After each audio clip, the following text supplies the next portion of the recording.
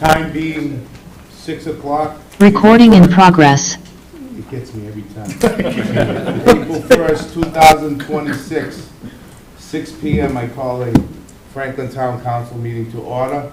I'd like to have a moment of silence.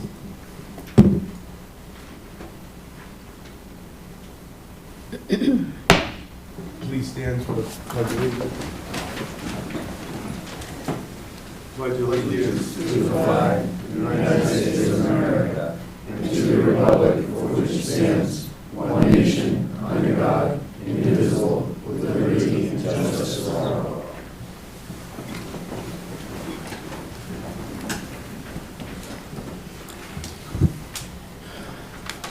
Note to residents, all citizens are welcome to attend public meetings in person. To view the live meeting remotely, citizens are encouraged to watch the live stream on Franklin Town Hall TV YouTube channel or live broadcast on Comcast Channel 9 and Verizon Channel 29. To listen to the meeting remotely, citizens may call in using the number 1-929-205-6099. To participate in the meeting remotely, citizens may join the Zoom webinar using the information below, which I will give you.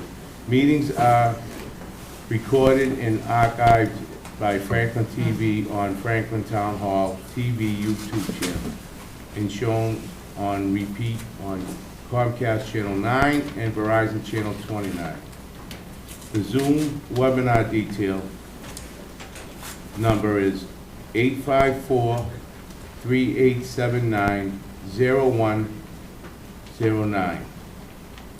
Any participants who wish to speak must enter their full name and address when joining the webinar. All participants will be automatically muted upon joining the webinar. In order to speak, the participants will need to select the raise hand function to request to be unmuted. All speakers will be required to state their full name and street address before commenting. Announcements from the chair. This meeting is being recorded by Franklin TV and shown on Comcast Channel 9 and Verizon Channel 29. This meeting may be recorded by others. Couple announcements. Council Morangella will be is on Zoom tonight, and Councilor Callaway Tripp is under the weather and will not be with us today, but I know she's watching, so hopefully she gets better soon, Jane. Upcoming town-sponsored events. The Finance Committee budget hearing dates are as follows. Monday, April 6th, to discuss general government. Tuesday, April 7th, to discuss schools. Wednesday, April 8th, to discuss public safety and DPW. Thursday, April 9th, only if necessary. If they get through everything on Monday and Wednesday, they will not need to meet on Thursday. The Franklin 25th Annual Earth Day cleanup will take place on Saturday, April 18th from 9 a.m. to 12 p.m. Join the recreational department and be there at 9 a.m. to pick up gloves and trash bags in the site map. I'll show you where to go before heading out to the assigned areas. And thanks everybody for participating in that event. Citizens' comments. Citizens are welcome to express their view for up to 3 minutes on a matter that is not on the agenda, in compliance with Chapter 38, Section 20, the open meeting law. The council cannot engage in a dialogue or comment on the matter raised during citizens' comments. The council may ask the town administrator to review the matter. Nothing herein shall prevent the town administrator from correcting a misstatement of fact. Is there anybody, please just stand up and give your name and address, please. Hello, Selena Cousin, 114 Beach Street. Good evening. This is only my second time in over 20 years of living in Franklin to come to speak before the town council. I usually stick to education. That's my things I understand, related matters. But as in my previous one time speaking up about the potential trash burning facility that was supposed to be put onto Pond Street about back in Jeff Nutting's days, that was quickly rejected. I also feel compelled to speak up again on another potential environmental hazard that would negatively affect a large number of Franklin citizens, namely the recent proposal for a battery energy storage system by the town of Bellingham and the Zero Point Development Corporation. This land was an EPS brownfield site and is located on my street, directly next to a very highly populated Franklin neighborhood and the Charles River. It poses health risks by disturbing the contaminated site, fire risks, especially given our ongoing water drought status, and significant noise and traffic concerns. Councilors, I am very concerned about this proposed battery energy storage system being at the site abutting the Charles River on the Old Mill on Pearl Street. As you know, Pearl Street in Bellingham becomes Beach Street in Franklin when the road crosses over the town line. This is a densely packed residential neighborhood that includes all of Hawthorne Village, all of Dover Farms, in addition to Beach Street, Plain Street, Pond Street, and the dozens of side streets that branch out. I don't know exactly how many Franklin families live within a half-mile radius or a mile radius of this site, but it's surely in the hundreds, if not thousands. Adults, children, and pets all stand to be negatively impacted. In fact, there's even a traffic sign posted right in front of the mill that says thickly populated area. Okay, hold on.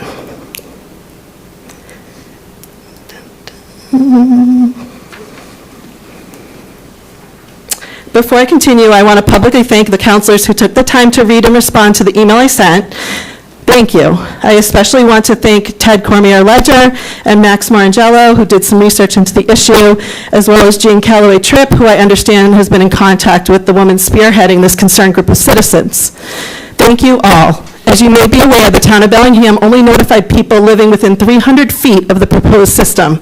So you can only imagine how challenging it's been to get the word out to everyone who will actually be affected if this comes to fruition.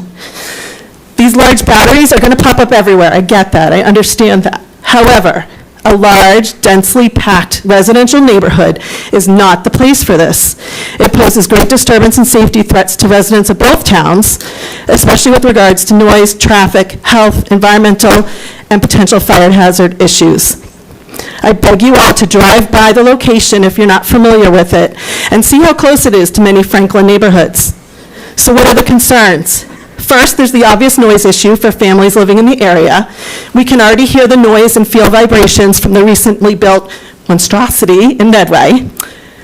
This site is significantly closer to us. There are fire risks, and as you may know, these fires are often too dangerous for firemen and women to fight, so they are left to burn on their own, destroying whatever is in the vicinity. A recent battery system fire in California involved evacuating homes 2 miles around, and upon return, all homes were uninhabitable because of toxic particles and debris. A retired local fire chief has publicly spoken out against the safety of this proposal in the area, in the congested area. In addition to fire concerns, there are many other issues. We're over 3 minutes. Can I continue? Okay, I'll talk faster. Wrap it up. It's a complicated issue. In addition, this is an EPA brownfield site of the highest level of contamination. In the 2 decades I've lived here, the town of Bellingham has proposed a variety of other potential uses for this contaminated land, including senior housing, a park and playground, and bike paths, and then determined that the area was too contaminated and dangerous to be used for these purposes. Why then would we now want to dig up God knows what to send into the environment in nearby neighborhoods? Moreover, the site directly abuts a part of the Charles River. Any contamination from this site will directly leach into our water system.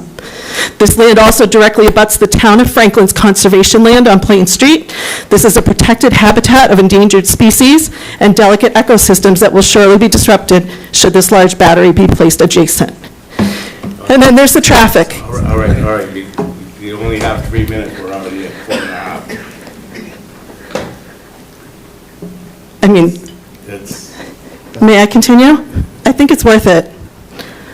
It's something that's going to How much affect longer do you got? 2 paragraphs. All right, hurry up. Thanks. So why is this even being proposed? In short, there are politics, corporate greed, and conflicts of interest that would be enough for the makings of the next Erin Brockovich movie. But without going too far into the underlying politics, I'll say the town of Bellingham has legal and financial reasons to participate. There's a history of legal issues, special permits, bylaw issues, and more.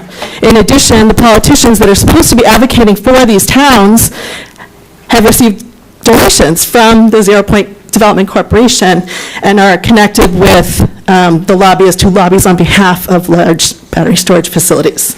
And finally, the Charles River Watershed Association also received a large donation for the Medway Power Plant and this. So what does Franklin get out of this? Just the repercussions and the negative impacts. What can you, the town council of Franklin, do to advocate on behalf of the hundreds or thousands of residents who will be directly negatively impacted by this proposed system? At the very least, I ask that you please write a letter signed by the entire town council expressing your concerns that this will negatively affect citizens of Franklin. I beg you. Request that any such battery energy storage system be built no closer than a half-mile from the nearest Franklin residential homes. Attend the meeting on April 2nd at 7 p.m. at Bellingham Town Hall to express your concerns. And for our town administrator and chair of town council, please make the time to talk to the woman, I'll give you her information, who has researched these issues and hear about the many other issues and political implications of this proposal. And finally, please take the time to talk with our fire and emergency personnel and see how this would play out in the event of a fire in Franklin. There is legislation pending that would require these to be placed no closer than 2,000 feet from the nearest residence, Gotta end it. and I'm hopeful that that will Send me her name. solve it. Her address. I'm going to give Jamie a paper that has the lake. And I'll call her. and Great. We can talk, okay? Thank you.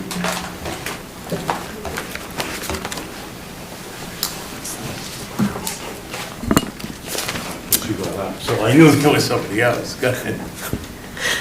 Susan Thanks, Maureen. Susan Rohrbach, 38 Philomena Way. Good evening, councilors.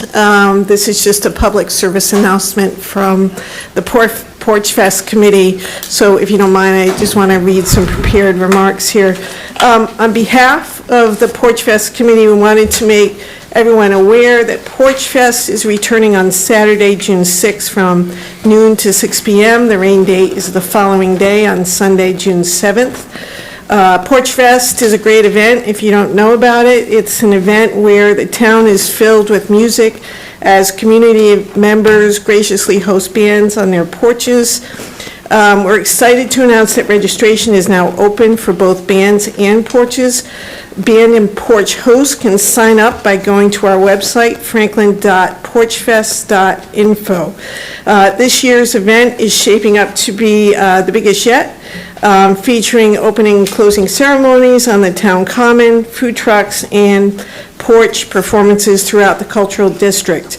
Thank you for the cultural district for organizing Porch Fest, and to the town for supporting this event, which highlights the cultural assets in Franklin. Stay tuned and keep checking our website for updates. We can't wait for the town to come together and enjoy Porch Fest. Thank you. Thanks. Gino? Name and address, Gino. Gino Carlucci, 1 Tony Lane. I'm here on behalf of Quattro Arroyi Lodge, Sons and Daughters of Italy, which was, our lodge here was founded in 1926, and the name Quattro Arroyo is Italian for 4 heroes. It's named after 4 Franklin residents, 3 of whom were immigrants. 1 was born in Franklin, who were all killed, sadly, at the very end of World War I. And in celebration of our 100th anniversary, we have 3 events upcoming that I think they're going to be really, really great. First, thanks to the Historic Museum for hosting an exhibit of some of our artifacts and archives dating back 100 years. Most of them are more recent, but there's a couple of old ones, including a spectacular picture of the 4 heroes that we were named after. Second, The author and historian Stephen Pulio will be speaking at the Historical Museum on Sunday, April 12th. Both of these events, the exhibits and the speaker are both free, if anyone's interested in coming. And finally, we have a celebratory dinner that will be held at the VFW Hall on May 16th. And tickets are available if anyone is interested. Thank you very much. Thanks, Gino.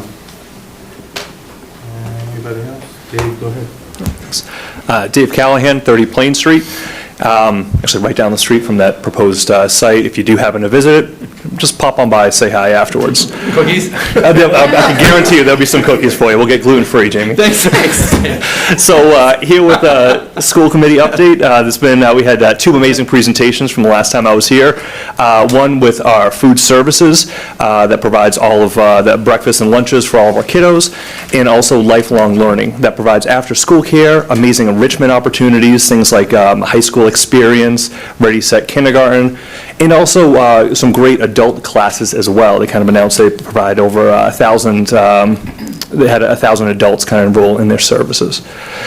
Lifelong learning really also stressed and talked a lot about the daycare center that has been piloted and is going to launch this coming fall.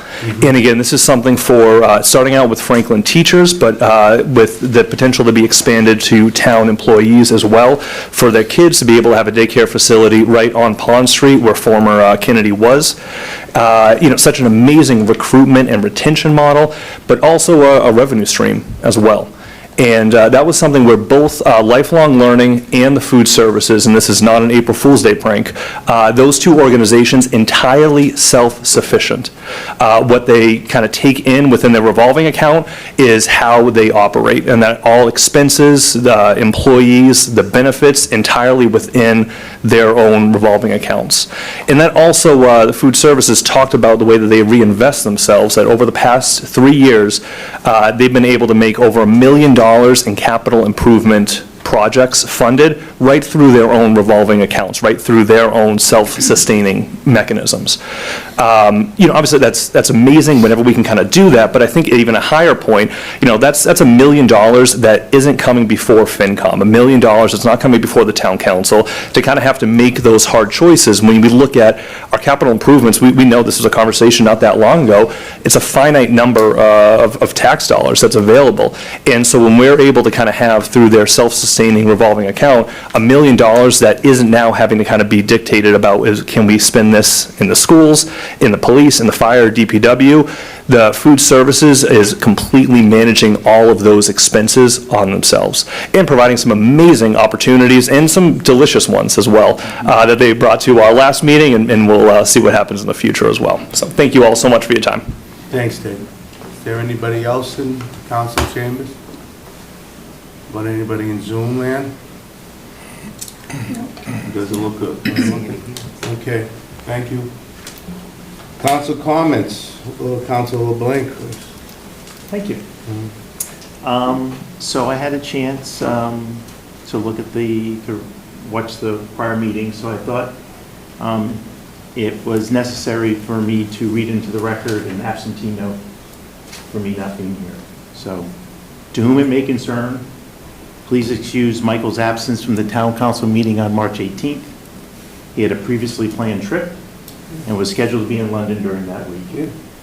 He would be happy to complete any assignments or responsibilities that may have been missed during his absence. Sincerely, Michael's mother. So I want that read into the record, because I did hear comments of, why did I not have to be here? So. Hey, you're a little bit of a road trip. Second thing is, I wanted to thank Corey Shayer, Director of Arts and Culture and Economic, as it relates to working with the Metro West in Marlborough and securing one of 17 grants for the World Cup. I know we talked about that about a month or so ago, and I know the total combined was 120. I have reached out to Corey. I don't know how much of that 120 we're getting, but I think that obviously the World Cup event is going to be very impactful in this area, and to have those 2 days for those two events, and to have that grant help finance part or all, I still don't know all the details, but that was a wonderful effort, and I think it'll bring, obviously, other people, from other communities to Franklin for those 2 days who can't afford a $700 ticket to go to the game down the street. So I want to give kudos to Corey for working on that. Third thing is we've all talked about outreach, so one of the things I'm going to start doing is probably every other month, I'm going to go to a local restaurant on Saturday or Sunday. Going to park my little caboose there for an hour and a half, eat some breakfast, and I'm inviting people listening to this, or however you want to get it out, to just come on by and sit down with me and have a cup of coffee or have a meal or whatever. So to start that off, this Saturday from 8:30 to 10 o'clock at Jimbo's New York Deli, up where the Liquor World Plaza is. I will be there from 8:30 to 10 o'clock in the morning. So anybody who would like to stop in and, like I said, have a little breakfast, have a cup of coffee, talk about what's going on, I'll be there to listen to you all. And the last thing that I wanted to do tonight is I wanted to read something again into the record. I want to take a moment tonight to talk about someone who is not a Franklin resident, but who had a profound impact on one. That's me. And after hearing this, I hope that impact extends to others here in Franklin. The person I'm speaking about is my dad, Edward LeBlanc, who passed away a couple of weeks ago at the wonderful age of 94 years old. The night before he passed, many of our family members were gathered in his hospital room. One of his grandchildren, and he had 13 of them, asked, "What is your favorite memory of Grampy?" That's what they called him. When it got to me, I said my favorite thing about my dad was that he didn't do it, he taught it. And that's where the lesson is, especially for today's parents. My dad never did my work for me. He had a way of asking questions instead of giving solutions. He was patient, even when I wasn't. He would guide me step by step, helping me understand the process rather than just the answer. Sure, he taught me how to tie my shoes and how to play golf and baseball and basketball and just about every other sport. He even taught me how to drive a car. Well, I don't know if really he did. I think maybe that was my mother who taught me that. But the most important thing he taught me were life skills and independence. By not doing things for me, he showed me that I was capable of doing them myself. Every small victory, solving a problem, fixing something on my own, learning a new skill felt earned. Those moments built confidence in a way that simply being helped never could. I began to trust my own abilities because I had proof that I could figure things out even when it was hard. He also taught me resilience. When you're not given immediate solutions, you learn how to deal with frustration. You learn that failure isn't the end, it's part of the process. And he taught me the value of effort. That success comes from being willing to work through challenges and keep improving. Looking back, I see that his approach required patience and restraint. It would have been easier for him to step in and fix things for himself. It would have saved time and prevented frustration. But he chose the harder path because he understood something important. Doing things for me might help me in the moment, but teaching me how to do them helped me for a lifetime. When I was in 8th grade, he taught me how to run a political campaign. I was running for class president, and he showed me how to make my campaign stand out, and even had a neighbor come take professionals' photos of me for my campaign sign so everyone knew who I was. I lost that election, unfortunately. But looking back now, I realized something important. He didn't teach me how to win. He taught me how to try, how to learn, and how to keep going. And in the end, those lessons mattered far more than the outcome. So while my dad may not live in Franklin, his impact lives on through this Franklin resident, and I hope in some way, some small way, after hearing part of this story, it will impact some of you. Thank you. I'm done. Appreciate it. It's awesome, Michael. May you rest in peace. Councilor Malloy. Thank you. Condolences, Mike. Well done, that was great. Nice tribute to your dad. I don't have too much other than really just to kind of wish everybody, it's a big holiday week, happy Passover, happy Easter for everybody who's celebrating coming up. It's going to get real for us now with budget committee and subcommittee work and everything else going on, so looking forward to getting engaged in all of that and starting to really get into the meat of a lot of work that we got to do, so that's it for me.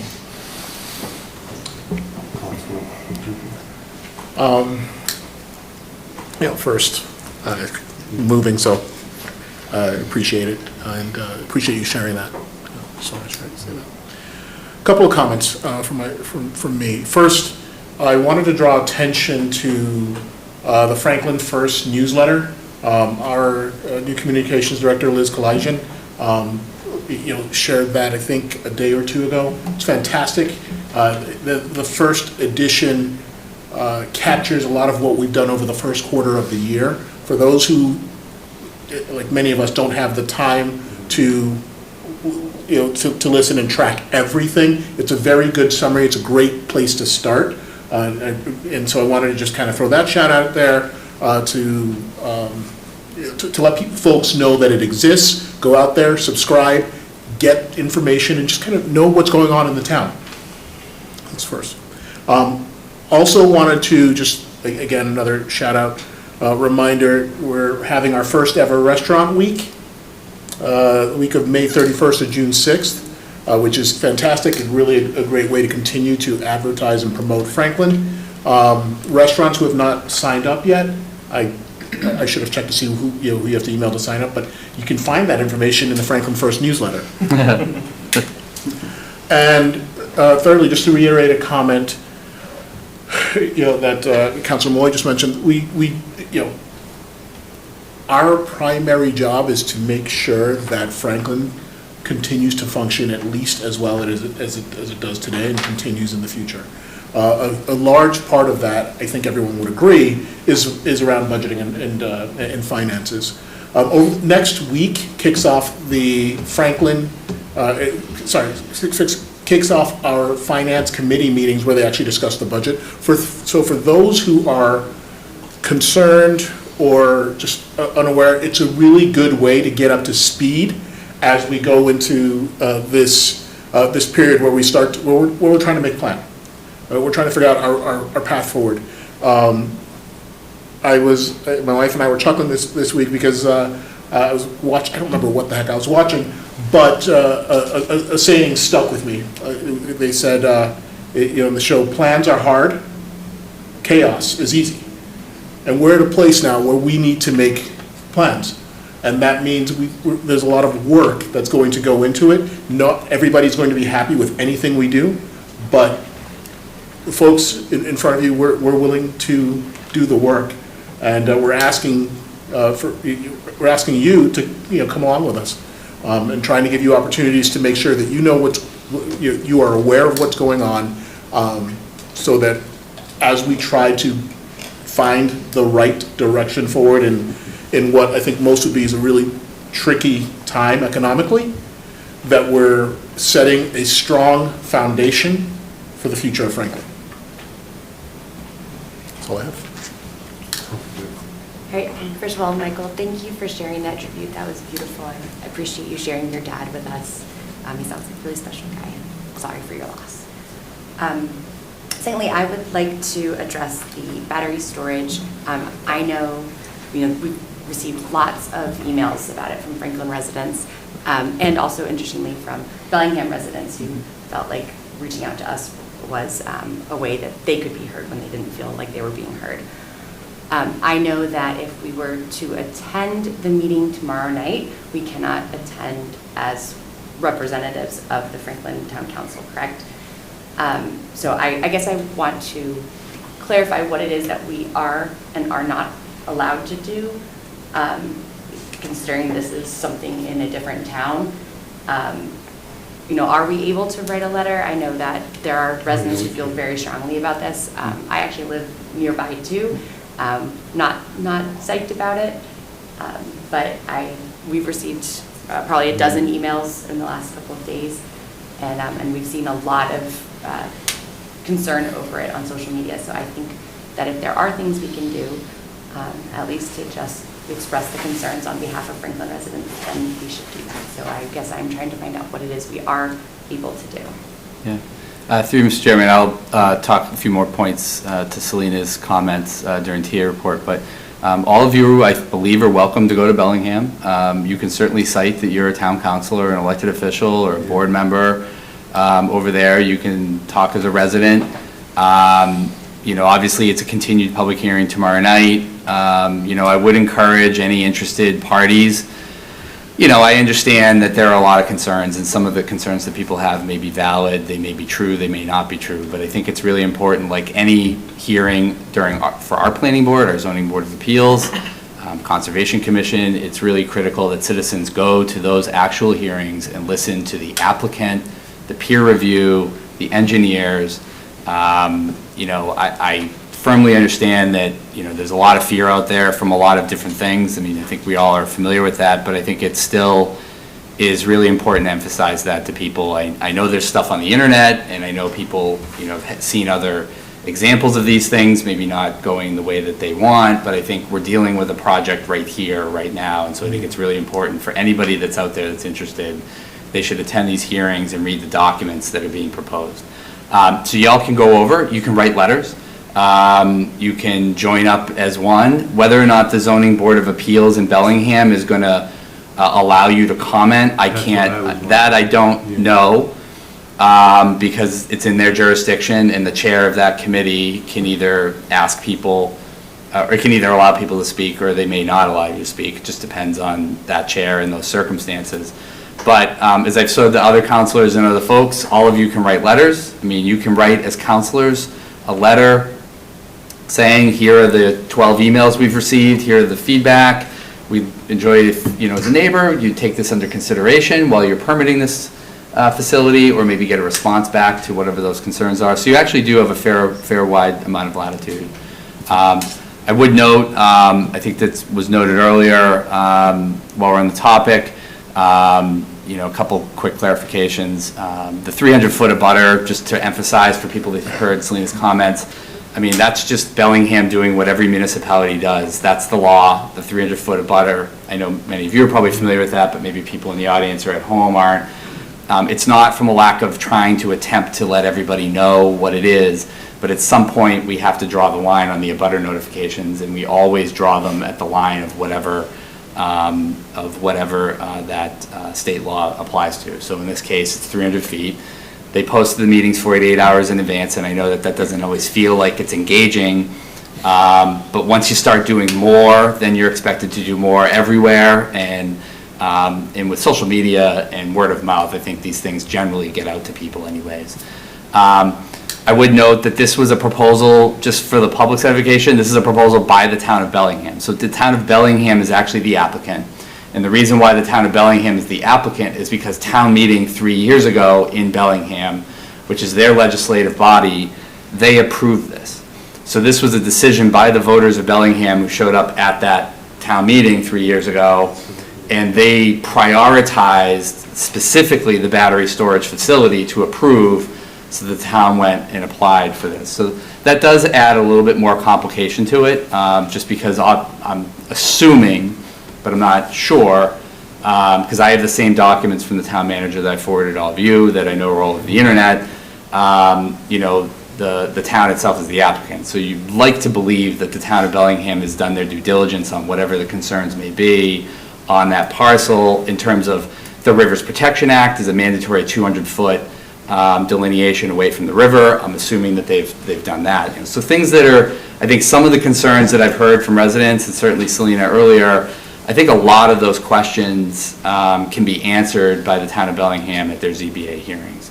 And the last quick thing I'd mention is these facilities are generally, as everybody knows, in very high demand. And they're in high demand because we're using an insane amount of electricity. So we as citizens and as communities, And it's basically put so much pressure on the grid that the state of Massachusetts has essentially made this a by right thing at the state level. So, it's going to be very hard to obstruct the facility, I think, but I think addressing people's concerns, having questions answered, maybe resting some of the concerns that residents have, and some of their fears, maybe through that educational piece and that back and forth with the town of Bellingham, hopefully we can, make people feel a little bit more comfortable that, that some of the things that people are talking about hopefully won't happen. So I hope that's a little bit of an overview, and I'm certainly, other folks have questions, happy to answer them. Jamie, one other comment I just wanted to make note about that is that I want to encourage people, especially if you park outside of your garages, to please lock your cars at night. I've seen reports recently of people, I don't know whether they are locking their car doors or not, but of people who are losing valuable items out of their cars. I have, not here in Franklin, but in a previous life somewhere else, I had left my car unlocked, and one night, only night I ever did that, and luckily I had nothing in the car. They took some change, but it can be very disconcerting to get into your car and realize that someone has been in there. I know our police force is on the case, but I just encourage everyone to lock their cars and just try to give, most of the time I find that people who are willing to do that are not willing to go any further than trying a door. So if the door is locked, then they move on. So I wanted to just encourage you to think about that at night. Thanks. I'm gonna go to Max now. Max, council. You hear me, everyone? Yeah, Yep. we got you, Max. All right. I wish I could be with you in person all tonight. Unfortunately, I'm dealing with one of the 10 plagues, so I'm joining you from home. First, I want to thank you, everyone who came forward for citizens' comments tonight. It's that civic engagement that's the foundation of everything we do here. Before we get into it, I want to acknowledge that it's a special week for many in our community, for those celebrating Easter this Sunday, and those beginning Passover tonight. I wish you and your families a joyful and meaningful holiday. I want to build off with what Ken said about the Finance Committee hearings next week. They're going to be right here in council chambers. In the last decade, only 3 people have spoken during citizens' comments at a Finance Committee budget hearing. Steve Sherlock, Mark Minichelli, and me. 3 people, a decade, that's it. So if you think there's waste in the budget, show up and tell us where it is. This is your money, use your voice. We need people to show up. If you show up, if you don't show up, you can't complain. So I do want to acknowledge, take a moment to recognize our fire department and our DPW. They've been serving our town when we need it, when it matters the most. Last week, the DPW repaired a water main break on West Central Street overnight and restored service by midday on March 26th. They were working long hours doing that. The other thing is the fire department just responded to a working structure fire on Willow Street. They rescued 2 pets were rescued, mutual aid come from 5 neighboring departments. There's no loss of life, thank goodness. And then we had another response on I-495 where firefighters freed a woman trapped in a rollover, and they called off-duty members to keep both stations covered, and they landed a med-flight helicopter on the highway, and we wish her a full recovery. We had 3 calls, 3 responses that were fast, fearless, and exactly what this community deserves. So I want to thank all of our first responders. Separately, I just wanted to note that the legislature is currently debating $300 million in Chapter 90 funding for road and infrastructure maintenance. So I think we need some of that money to prevent some of those things that we're having with the water main breaks. I wanted to have a chance to talk about what I did the past 2 weeks, showing up, listening, learning. I attended the 250th anniversary committee meeting, where the committee has developed a strong logo and connected with folks from Easton about their celebration for a roadmap for ours. I also sat down with Corey Shea, our Director of Arts, Culture, and the Creative Economy, to dig into talking about public art and how important that is. We have installations across Franklin. We're having Welcome the World campaign this summer, and she's building some really great stuff. On a personal note, I wanted to say I was glad to see Franklin represented in the MMA's April Beacon newsletter this month, which covered the legislative breakfast meetings in Sharon. It's a good reminder that the work this community does gets noticed well beyond our borders. I'd like to recognize 3 members of our town team who earned recognition this month. Everyone Matters, Deputy Fire Chief Jim Click completed the Massachusetts Professional Emergency Manager Program, earning his MEMA certificate. which makes this entire community safer. We have Senior Center Director Sarah Amaral, who was selected to serve on the Massachusetts Councils on Aging Legislative Committee, giving Franklin seniors a statewide advocate at the table, as well as Daniel Machado, who joined the police department as our new co-response clinician, bringing deep experience in crisis and behavioral health to a role built around meeting residents in their hardest moments with both compassion and skill. Congratulations and welcome to all three. Franklin also has been showing up beyond our borders. I want to name some of the people responsible. Kim Carney received the National USA Field Hockey Glow the Game Award, recognizing a career built on lasting impact. FHS senior Gavin Warren, Warren Carlos, sorry, I apologize, was named a National Merit Scholarship finalist, placing him among the top 1% of high school seniors in the country.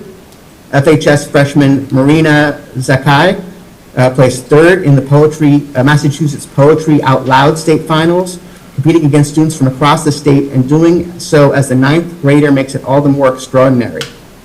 And we got the Live Arts String Quartet, which received a grant from the Massachusetts Cultural Council, which only just 14% of applicants statewide receive.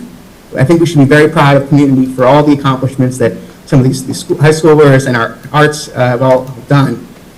Speaking of grants, we were awarded a $250,000 grant from the Massachusetts Department of Environmental Protection for the demolition and cleanup of the former New Style site on Grove Street.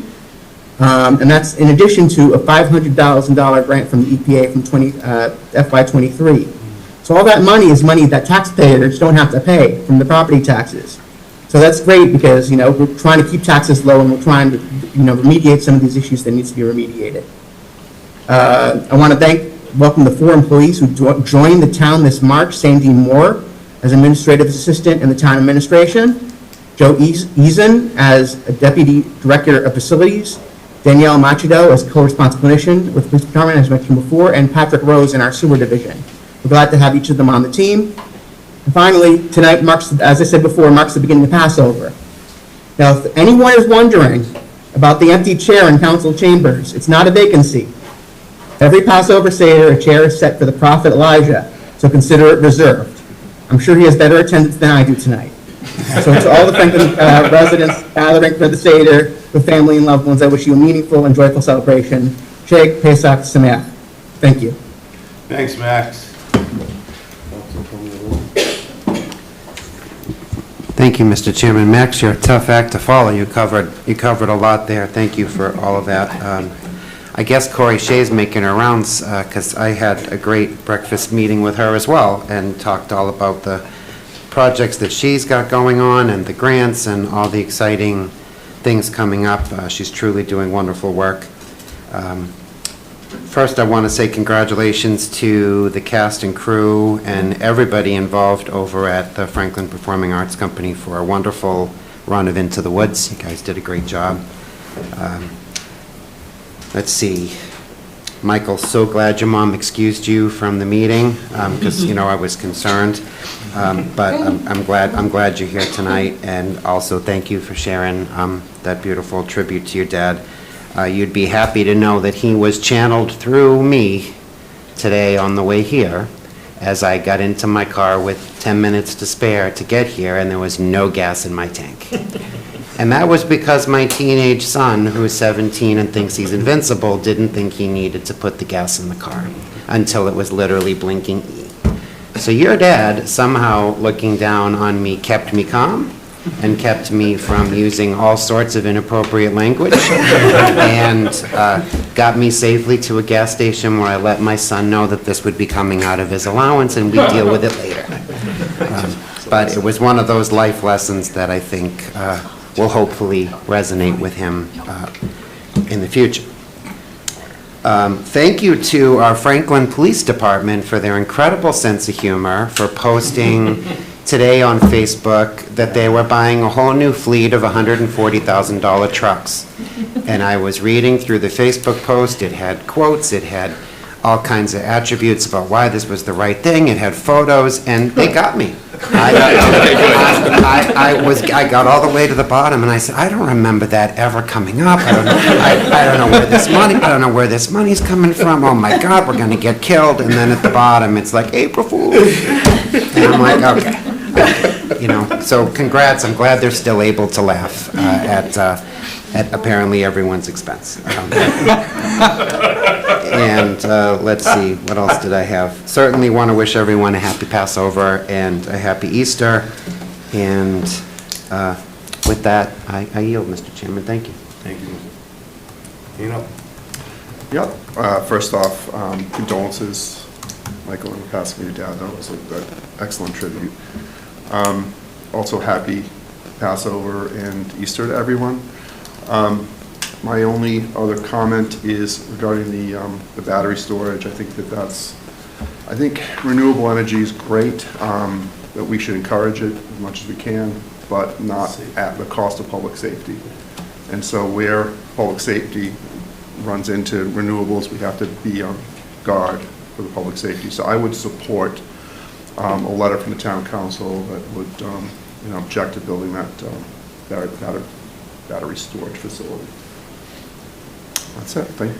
yeah, you kind of took it. I was going to say, Jamie, why don't you guys get your minds together and draft up some kind of letter, and we'll do our due diligence. And, you know, I don't know if we can speak tomorrow night, but we can go over, say something, I guess.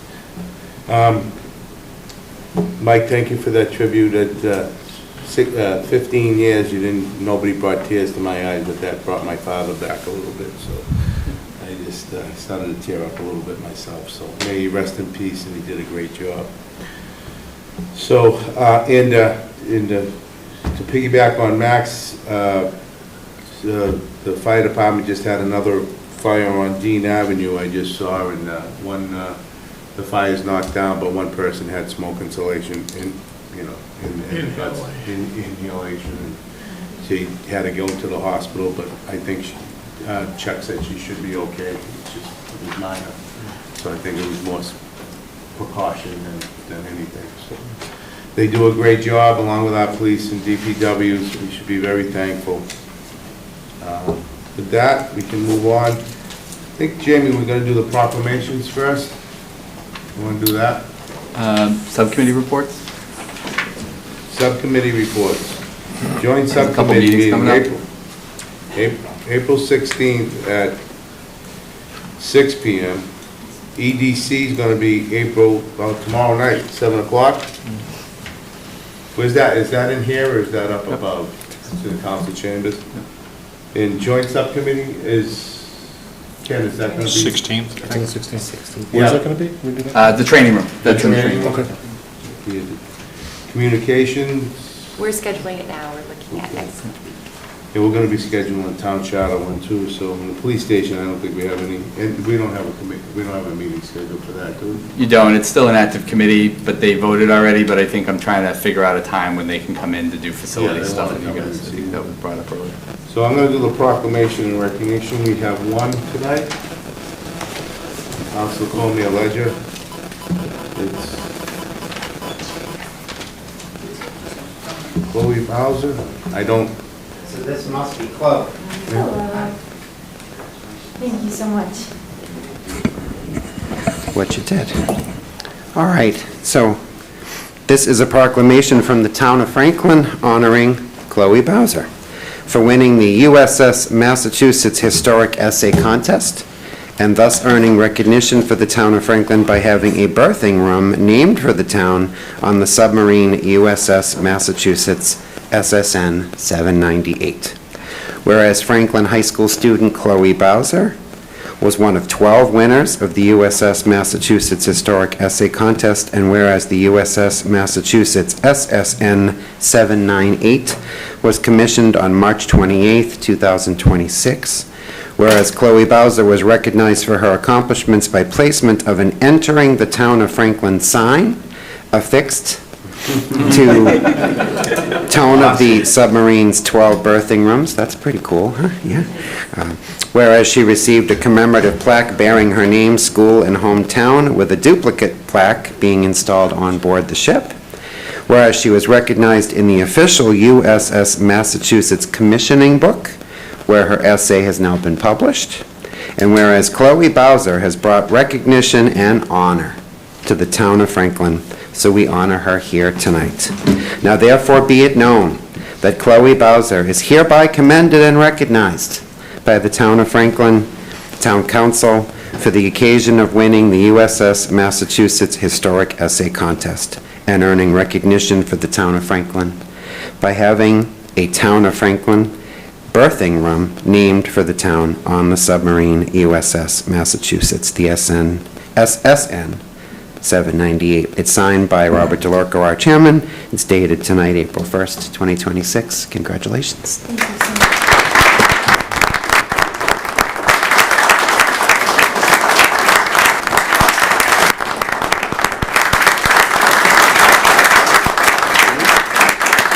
Chloe, don't go anywhere. We have a response from Elise from Rep. Representative Roy's office. Yes, I'm here to represent Representative Jeff Roy in the House of Representatives. Likewise for everything Ted just said. Signed a citation congratulating Chloe. So on behalf of the House of Representatives. Thank you so much. You're welcome.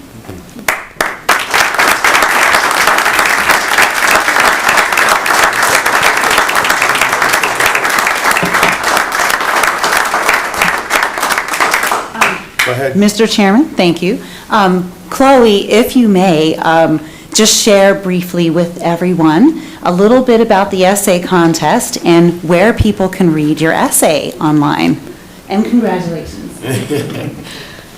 So the essay that I wrote is a historical fiction about a family and its generation in the Charlestown Navy Yard. And it goes through a woman's great-great-grandfather, great-grandfather, and all the way down. All of the ship's information should be correct. I tried to do my best research on it. And it goes through it, and it's almost like a tour as you go through the Navy Yard and what it was put through. And I believe it should be up on the website of the USS Massachusetts that people can read. Yes.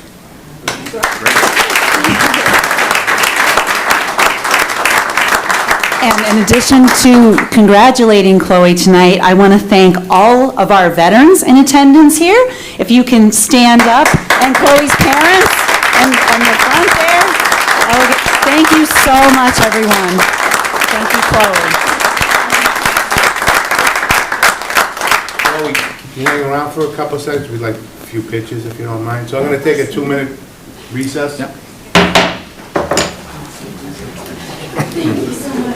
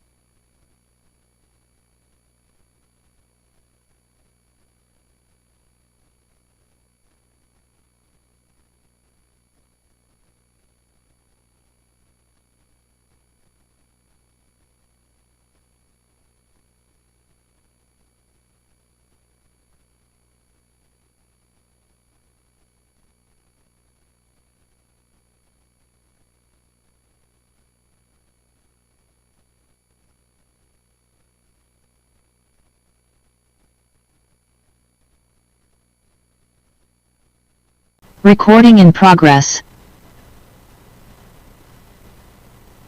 6:55, I call the Franklin Town Council meeting back to order. We're going to go to the Town Administrator report. Okay. Thank you, Mr. Chairman. So kudos to a bunch of folks. You took a bunch of the points off, which means everyone's reading the newsletter, which is fantastic to hear. Just offer my similar condolences to Councilor LeBlanc and his family on a very beautiful tribute to his dad. That was wonderful, Mike. Couple points. Number one, obviously the town, my filing of the budget for FY27 is now out. For anybody that wants to read it, go to franklinme.gov. There's a tab right in the middle of the website with town budget. Go to FY27.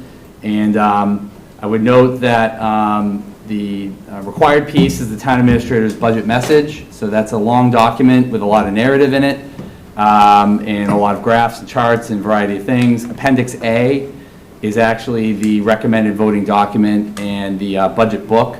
If people go into Appendix A, at least for the town, we have in there itemized line items for every budget. We also have personnel sheets in there with every salary of every employee. For our custodians, DPW, police, and fire, we have their base salary in addition to all the other detail salary. We've broken all of that out to be very transparent and clear about where every dollar is going for every municipal staff member. Appendix B in the document is also the school, the public schools district budget book. And then there's endless amounts of other appendices in there with historical data on new growth, local receipts, assessments, free cash balances, and a variety of other things. People can also go to our budget site and see all of our audits that we post online. We also have all of our bond rating. We have all of our capital plans. And, you know, this is a site, when I got here about 10 years ago, we revamped the website. We really tried to put up a lot more information and detail for people who at the time really wanted a lot of that detail. Now I understand people don't want the detail, but nonetheless, you can keyword search everything. So if you're looking for a particular name of exactly how much a certain person makes, or if you're looking for a department, you can go right into the budget book or the budget message and be able to search all that right in there. Also, thank you very much, everybody, for noting the Franklin First newsletter. I would also make a plug, and Liz is going to continue to push out a lot more of this, but having and encouraging all of your social media networks, all of your contacts, all of your friends and family, all of the elected officials that are listening, all of the other board members who are listening, anyone listening right now at home on YouTube or on cable TV, go onto the website. You can sign up for the newsletter. This one was a little longer edition than normal. It was 6 pages because it covered 3 months, as I think a couple of you mentioned. So we hope to get it out monthly, and it'll probably be around 2 pages. But with so many good things happening, it might be a little bit longer than that. One other point that was in there, just to announce Restaurant Week, May 31st to June 6th. We saw Stu up at the mic earlier, coordinating with Porch Fest. Thanks to Corey and Julie in my office, and Marina and Liz for working on that. Huge announcement for the Rail Trail, Bellingham Franklin Rail Trail Committee. I just met with the folks today. The track is actually coming up. So the firm who's hired by CSX to come remove all the track, Mike Maglio and I today met with them at 1 o'clock. It should be totally ripped up by the end of the month. They're going to grade it just a little bit, and then we're looking at, I'm going to try to get a kind of ceremonial ribbon cutting or something to commemorate all this, hopefully over the summer. And I'm trying to get the commissioner of the Department of Conservation and Recreation or other state officials. As I've mentioned before, once the track is up and we can enter into an agreement for an easement with the state, they'll be giving us $1 million to replenish either some of our land use costs that we did to purchase it, or we can use the money to hopefully do some of the work. I have formally, as all of you know, but along the SNET, I did formally ask Rep. Roy to file an amendment to the environmental bond bill for a $3.5 million state appropriation to the SNET Trail. So we won't have any finality on that, but when Jeff and Becca come before the council later this fall to do their annual legislative update, hopefully Jeff will have some good news there on the SNET Trail. So we're moving really fast on this project, and it's certainly moving a lot quicker than I thought. Another couple quick announcements. Franklin Fire Department announced today a $21,000 grant to purchase battery-powered scene lighting and structural firefighting gear to enhance on-scene visibility and improve safety for all of the areas around an actual fire, so congratulations to them. And to Councilor LeBlanc's point earlier, $120,000 for the entire Metro West visitors region. So that's from Framingham, Natick, to Marlboro, south to Franklin. It's kind of that Metro West corridor.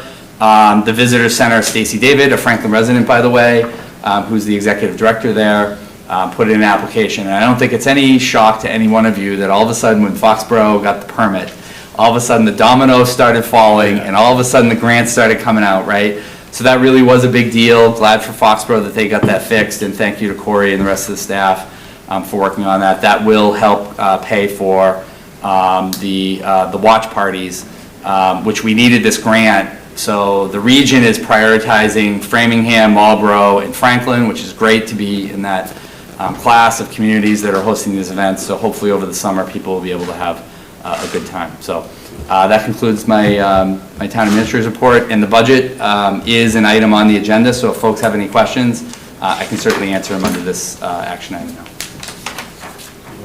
Okay. And if you don't, there's going to be endless amounts of meetings coming up to go into this, so it's okay. Do any of the councils have any questions?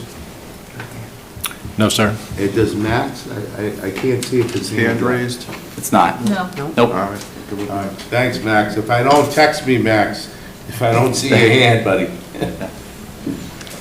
So, all right, we have no approval of minutes. We're gonna open up the 3 hearings because zoning board bylaw amendment 26-946 and zoning bylaw amendment 26-9047 and zoning bylaw amendment 26-949 are all together. So I open the hearing for all 3 zoning bylaws. This is 4, but we're gonna do it, Yeah, this is it's different one. So this is all, have to do with the MBTA, right? Start off. Yeah. Thanks. So Thanks, Jamie, lead in. Through you, Mr. Chairman. So just to be clear, item, on the public hearings, items A, B, and D relate to the MBTA community's zoning changes that are required from the state to comply with the statute. These all received a unanimous approval from the town planning board at their hearing a few weeks ago. And what the council will do tonight is just walk through a very short slideshow on MBTA communities from Marina. And then the council will take up those votes. These are first reading. Your second reading, if approved tonight, will be May 13th, so it'll be about a month away. And then the second bylaw proposal is item C, which is basically a cleanup generally around the Franklin Crossing zoning. And then you'll have a second hearing, technically, and a vote on that one after you're done with MBTA communities. So I just wanted to lay that out there for everybody so that it's a little clear. And now, Marina, if you want to take it over and walk through MBTA communities, and then we'll be available for questions and public hearing comment. Thank you. Thank you. Good evening, councilors. Morena Saraya, the Director of Planning and Community Development. So as Jamie just mentioned, we're going to walk through the proposed zoning bylaw amendments related to MBTA communities. Just to give you sort of a quick update or a background on Chapter 40A, Section 3A. You'll hear me potentially call it MBTA communities or 3A. It's the same thing.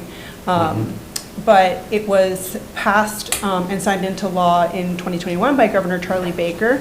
And it requires that all MBTA communities zone for as-of-right multifamily development of at least 15 units per acre.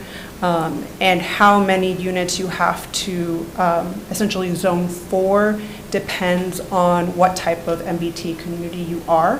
So you've got the list of the different types of MBTA communities up there: rapid transit, commuter rail, an adjacent community, or an adjacent small town. We are a commuter rail community. So we were required to zone for 1,883 units. That doesn't mean that 1,883 units are, going to pop up in the next few years, it just means that we have to zone to allow for them to be by right. We also are required to provide at least a minimum land acres of, minimum land area of 50 acres, and 75% of that area has to be within a half a mile around a commuter rail station. So the act, I'm sure people have heard about it a lot in the news. It has been challenged by some towns. It's gone up to the Supreme Judicial Court and was upheld in January of 2025. And a lawsuit claiming it was an unfunded mandate went before the Supreme Court and was dismissed in June of 2025. I know there are still some towns out there that are still trying to fight the act, but every time it's gone up before the courts, it's been struck down. And failure for us to comply with the act puts a lot of funding at risk. So a lot of state funding is contingent on whether or not you're in compliance with MBTA communities. Currently, we are considered to be in conditional compliance, given the proposed amendments that are before you tonight. We were in initial compliance, but because of the proposed amendments, we've moved up in a category to conditional compliance, and they have written us a letter and sort of assured us verbally also that this is it. Once we get these done, as long as we get them done, that we'll move into final compliance. And I just have some stats for you. On the right-hand side, 177 communities are subject to the act. 166 of them have complied as of March. And the town itself has received $7.9 million worth of state grant funding since 2020. So not all of this money would be sort of in danger, but a decent chunk of it would be in danger if we didn't comply. A lot of grant applications currently are asking you what your status is. So they are tracking it. They are, keeping that in mind when they're awarding funding. So just walking you quickly through. Yep. Can I just have a question? Go back to the other slide for a moment, please. Through the chair. I appreciate the stats on the right. Do we have kind of a breakdown of the community, those 166 communities, which ones are in initial compliance, which are in conditional compliance? And you may have it later, or you may not have it even for today, but it'd be great to see kind of that breakdown so we have a better sense of where Franklin sits compared to our peers. Yeah. You can send them a map, Yeah. right? Because I think there's a map. There's a map on the UHLC website. The HLC website, yeah. And that shows you where everybody lies. But yes, that is publicly available. Great. So quickly, just want to run you through our road to compliance. So just as sort of background, on the right-hand side, you'll see a map. All the colored areas within the map, those are the districts that have been designated by the town to be the MBTA communities districts. So this is an old map from prior to the Crossing neighborhood being developed. So you'll see that Commercial 1 and what is now the Crossing, which is the lower left side pink area, are both the same color. That is now broken out, but the designation as an MBTA communities district hasn't changed. These districts already had substantial compliance towards what MBTA communities required. So when Franklin first started working towards becoming compliant, these were chosen for that reason. So everything that's come before the council in the years since we started trying to comply have been these sort of tweaks. There hasn't been any major overhaul. Changes have actually, you'll see in the first bullet, one of the first changes that was made actually decreased the number of units by right that was allowed in Commercial 1 and in General Residential 5. We used to allow for even more density than what we allow now, and we're still complying with MBTA communities. So these were already neighborhoods that are sort of meant to be more dense, meant to promote that multifamily housing, and so we sort of just piggybacked on that. I think I know the answer, but I just want people out there, because I think I know what they're saying. So this is where we are now, but I know we have 2 commuter rail stations. So the second commuter rail station up by Forge Park. Mm-hmm. Are we gonna have, we don't have to, but people are gonna think, I've got a lot of complaints, are they gonna, are we gonna have to do the same thing up there? And I know it's no, but I want it publicly out there. Yes, yeah, no, I appreciate the question, but no, we won't, because by coming into compliance using these districts, we'll be in final compliance. So we'll have met our minimum land area, we'll have met our minimum mixed multifamily units that we have to provide. So once we get these done, then we'll be sort of good to go. So before you tonight, we've got some proposed amendments to the zoning bylaw. So on attachment 7, and these, essentially, the reason that these are being proposed and these are necessary is because what the Executive Office of Housing and Livable Communities did is they went sort of parcel by parcel and figured out how many units each parcel could contribute. So they had this very cumbersome Excel sort of formula calculator that you had to just put in all this data. Obviously, with an Excel spreadsheet, I'm sure we're all familiar, it can't account for everything. So as they've reviewed it, sort of more different tweaks have come up, which is what we're proposing here. But essentially, what they discovered, and they discovered this under the previous director, but decided that since he'd retired, they waited until I had started before approaching us with these changes, necessary changes. What they discovered is that some of our lots no longer produce the necessary number of units because of some of our use table requirements. So that in particular is for attachment 7, there is a requirement that lot area must be 25% greater than that required for a single family dwelling when it's talking about multifamily and mixed use. So that makes the potential for what lots can become multifamily. It sort of struck a few different parcels, and I've actually got the parcel list. And then for attachment 9, there's confusion because one of the notes reads that multifamily housing with 3 housing units, and that just made it confusing for housing livable communities because they felt that what note 7 was allowing, or what note 7 was requiring, actually only applied to 3 housing units. So even though it said multifamily, it wouldn't apply to anything that was larger. So they, and then we also had to set a minimum frontage requirement for 50 feet for mixed use and multifamily. Again, that made it so that a lot of the lots that were there that wouldn't be complying ended up complying, and so we were able to use, they were able to produce the number of units that HLC was requiring.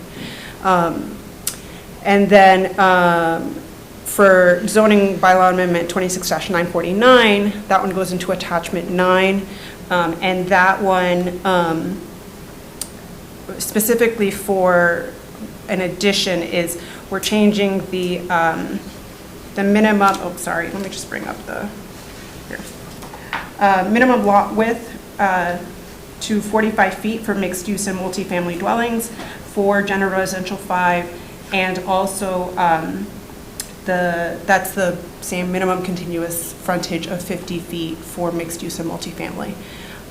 So with these changes, and then I won't go into number 4 since we'll go into that later on.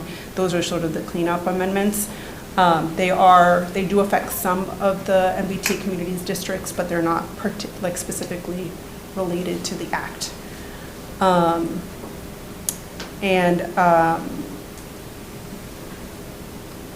Apologies. So I can go sort of cell by cell here if you'd like. We have here, we're showing you sort of where the notes were struck from the districts that are affected. And I can't pull this up.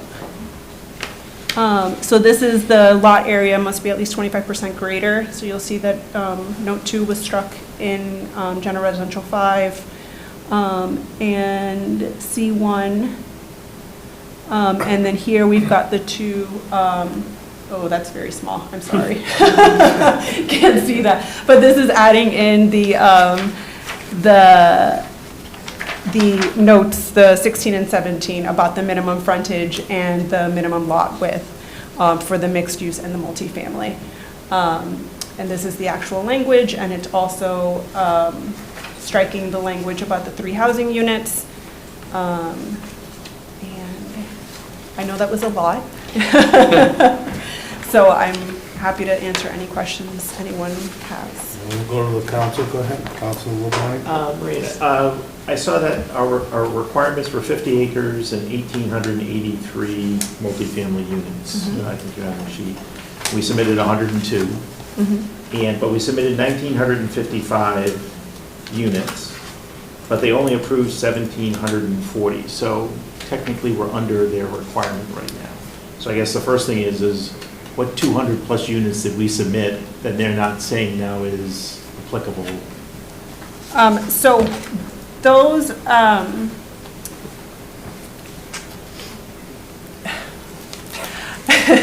the downtown commercial district is part of the districts that have been submitted, but those are a separate mandatory mixed use district.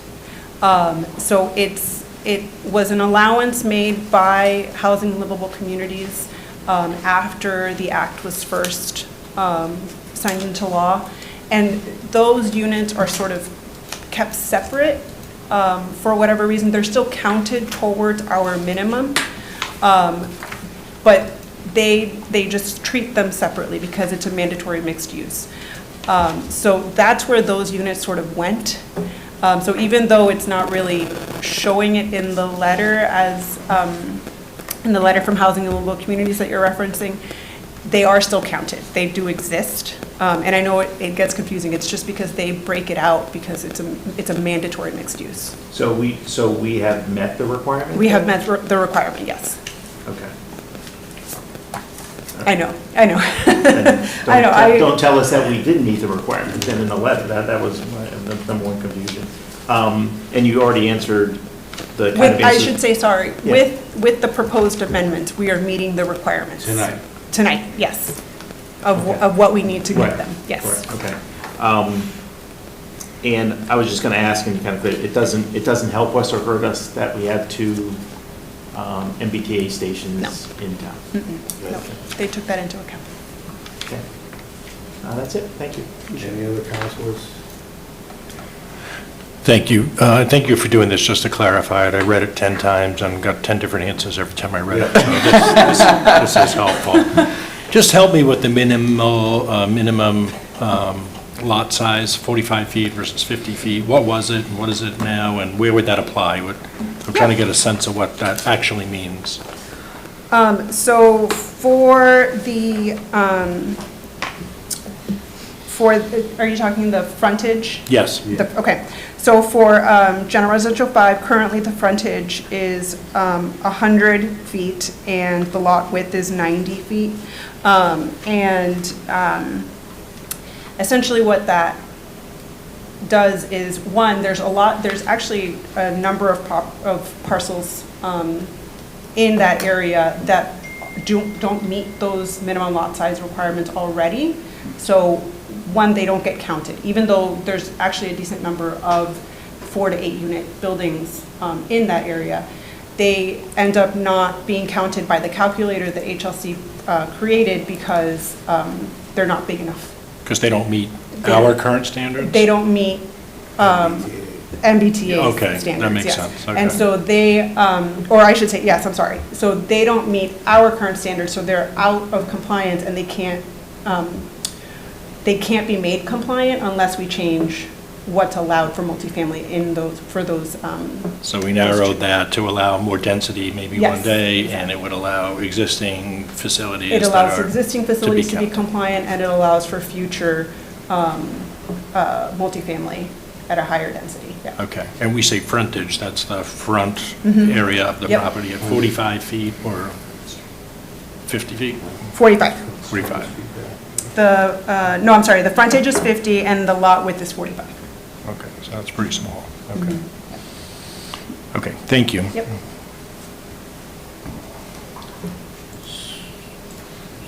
So they could get rid of, people could join together and get rid of houses and then just build stuff, is what you're saying, right? Because this is a highly dense area right downtown, right? So- You're saying they could combine? Yeah, they could if they wanted to, right? Yeah, I think through, Mr. Chairman, yeah, I mean, you're going to see that likely over the next 10 or 15 years. You're probably Yeah. going to see a couple smaller lots torn down. I would say this, though, when the council first took up MBTA communities, you had 20 units per acre. Yeah. So you actually, the first vote, we were already 90+% Right. compliant with the statute when they put it through, which is why this has been a tedious process with the state, and some of it just seems like it's an algorithm or a spreadsheet pumping out some of these tweaks. So, but we used to have greater density in GR5, but when you guys voted the first, I'm looking at the two of them, when they voted the first wave of tweaks when the law was put out, we actually went and de-densified the amount of units you could get per acre.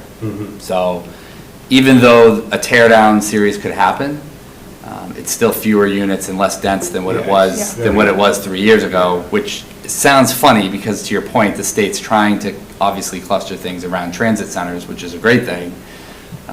But Franklin zoning had more density 6 years ago. I hope that eases some of the concerns No, from no, people I in the community understand who My first house think was we're getting 42 too by dense, 100. right, or too big, or too developed. I built my first house on a 42 by 100. I had plenty of land. I was a city kid. Can I ask a question? Sure. Go ahead. This is just more of a clarifier to, especially for people that are watching. So all this passes and goes into effect, it doesn't require a single-family home that's already existing to make changes. No. It simply says, if down the road, that person decided to make it bigger or sell it to the next person, they have the option to make it bigger, right? But it's not, there's no like financial burden to the people that live in these districts, is that we're not requiring them to do anything extra, spend any money. No, I think because people, Yeah, no, you're people right. watching That's might very be good. like, wait a minute, what does all this mean? And, what's it gonna cost me, right? So it's just nice to Yeah. just clarify It's actually that for folks. helpful to some of the property owners down there that might be out of compliance currently with the zoning. It's bringing them into compliance. It's making a lot of these lots be compliant. Yeah, it is tight down. Yeah. Max, I can't see if he has his hand Nope. up. Nope. Julie, just tell me if he has his hand up, because I'll I let you know. can't, Yeah, we'll I can't see. Yeah, it's hard to see that tonight for some reason. I just wanted to ask, oh, I'll let- you want me to say? Max is, then I'll go to the public. Okay. I just had a question in regards to assuming, in your view as a public planner, in terms of, if there was, let's assume there was a need for public housing. If you were to, where in town, out of all the places in town, would you say that downtown is the best place to have slightly more dense, development compared to other parts of town, if you had to choose between all, the whole town as a whole?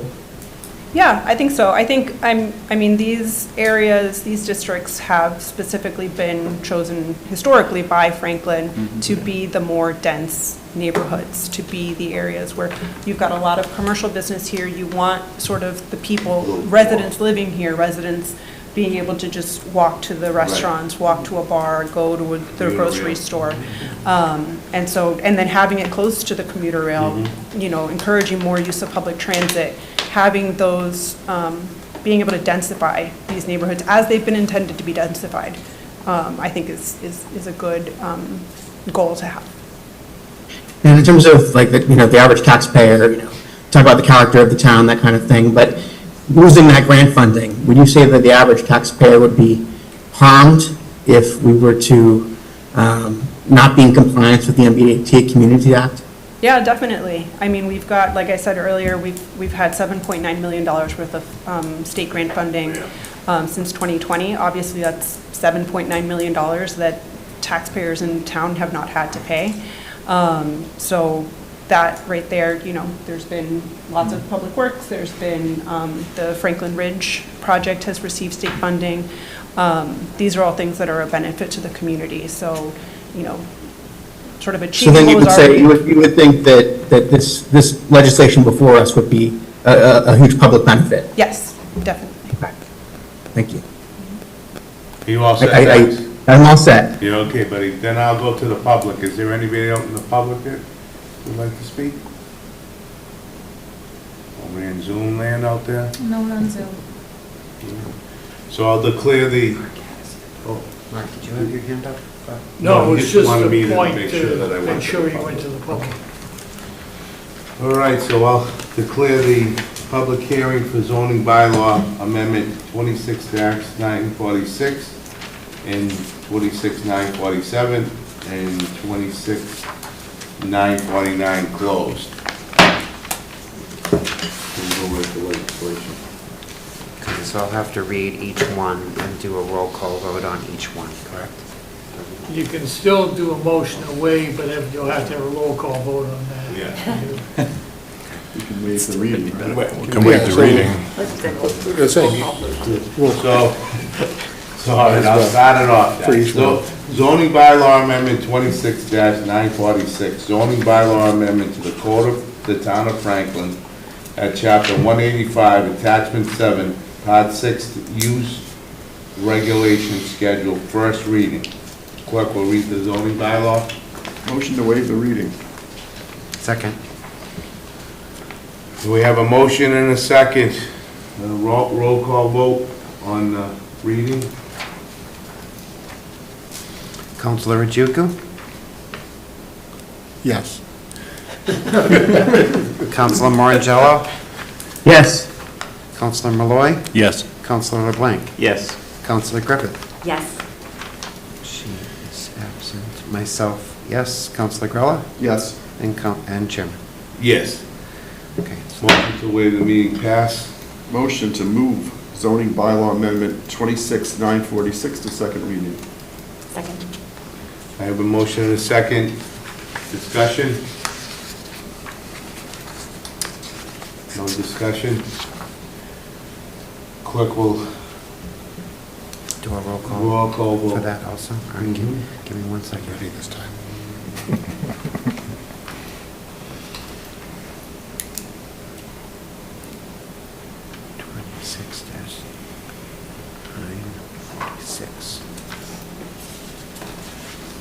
That was to waive the reading, and now, Mr. Chairman, we are going into zoning bylaw amendment 26-946. Roll call vote to move it to a second reading. Correct. Counselor Ojukwu? Yes. Counselor Morangello? Yes. Counselor Malloy? Yes. Counselor LeBlanc? Yes. Counselor Griffith? Yes. Counselor Galloway Tripp is absent. Myself is a yes. Vice Chair Yes. and Chairman. Yes, motion passed. Moving on, zoning bylaw amendment 26-947, a zoning bylaw amendment to the code of the town of Franklin at chapter 185, attachment 9, schedule of lot area, frontage, yard, and height requirements. Clerk will read the bylaw amendment. Motion to waive the reading. Second. I have a motion and a second. Clerk will call the roll. Going too fast for me here. I'll slow it down. Oh, it's all right. We're on 947. Correct. I'll revisit those. So this is a roll call vote to waive the reading? To waive the Correct? reading, yes. Okay. Counselor Ojukwu? Yes. Counselor Morangello? Yes. Counselor Malloy? Yes. Counselor LeBlanc? Yes. Counselor Griffith? Yes. Counselor Callaway Tripp is absent. Myself, yes. Vice Chair Yes. and Chairman. Yes. Okay. Motion passed. Motion to move zoning bylaw amendment 26-947 to second reading. Second.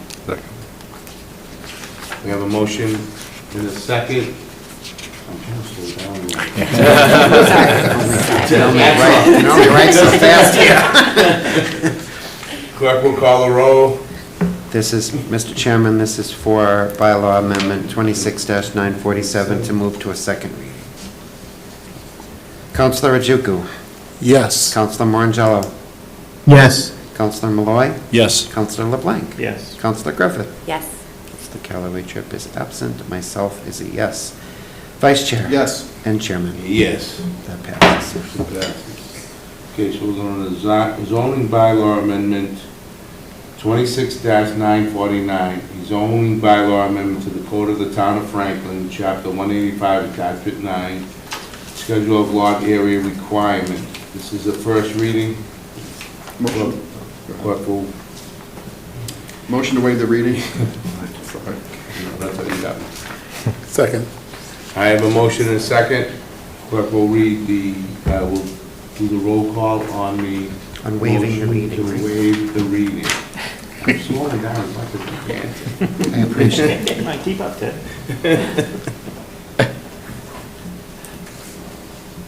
Mr. Chairman, this is to waive the reading on Resolution 26-949. Correct. Counselor Ojukwu. Yes. Counselor Morangello. Yes, I have a question later, but yes.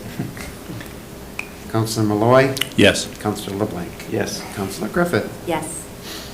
Counselor Callaway Tripp is absent. Myself is a yes. Vice Chair. Yes. And Chair. Yes, motion passed. Motion to move zoning bylaw amendment 26-949 to a second reading. Max? Oh, you gotta Yeah, get he's the going motion to- on the floor first. Do I have a second? Second. Second. I have a motion and a second. Discussion. Max? No, I just wanted to clarify, do we need a public hearing on each one individually? No. Because we only had one public hearing. No, No, there is a bundle, Max. Okay, That's why we didn't do C, Max. We're gonna do C next. okay. This is for A, B, and D. I have a motion and a second on bylaw amendment 26-949. Clerk will read the roll call. Mr. Chairman, this is for Resolution 26-949 to move to a second reading. Correct. Bylaw amendment. Bylaw amendment. Motion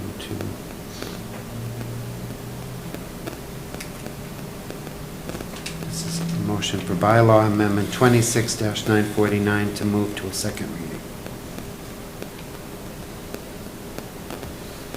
Counselor Ojukwu. Yes. Counselor Morangello. Yes. Counselor Malloy.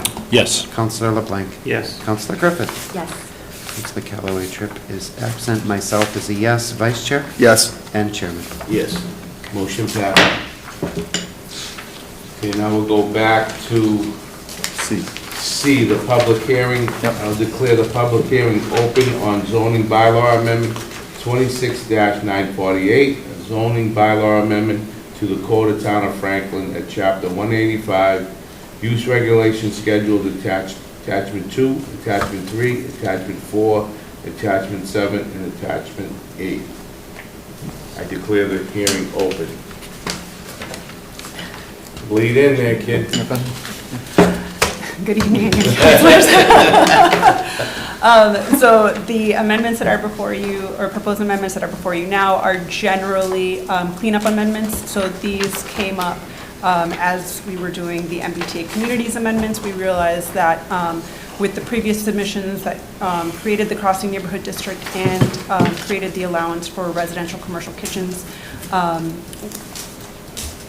we had been using either old tables in those submissions, or the tables we've been using had future proposed bylaw amendments. So we just wanted, essentially a lot of these are to correct the record, to go back to what the existing zoning was, or to add zoning where it's missing for the Crossing neighborhood. So this is going to get into a little bit of minutia. I apologize, and it's a little bit hard to see up on the screen. But the first one before you tonight is for amendment, or attachment 2, I'm sorry.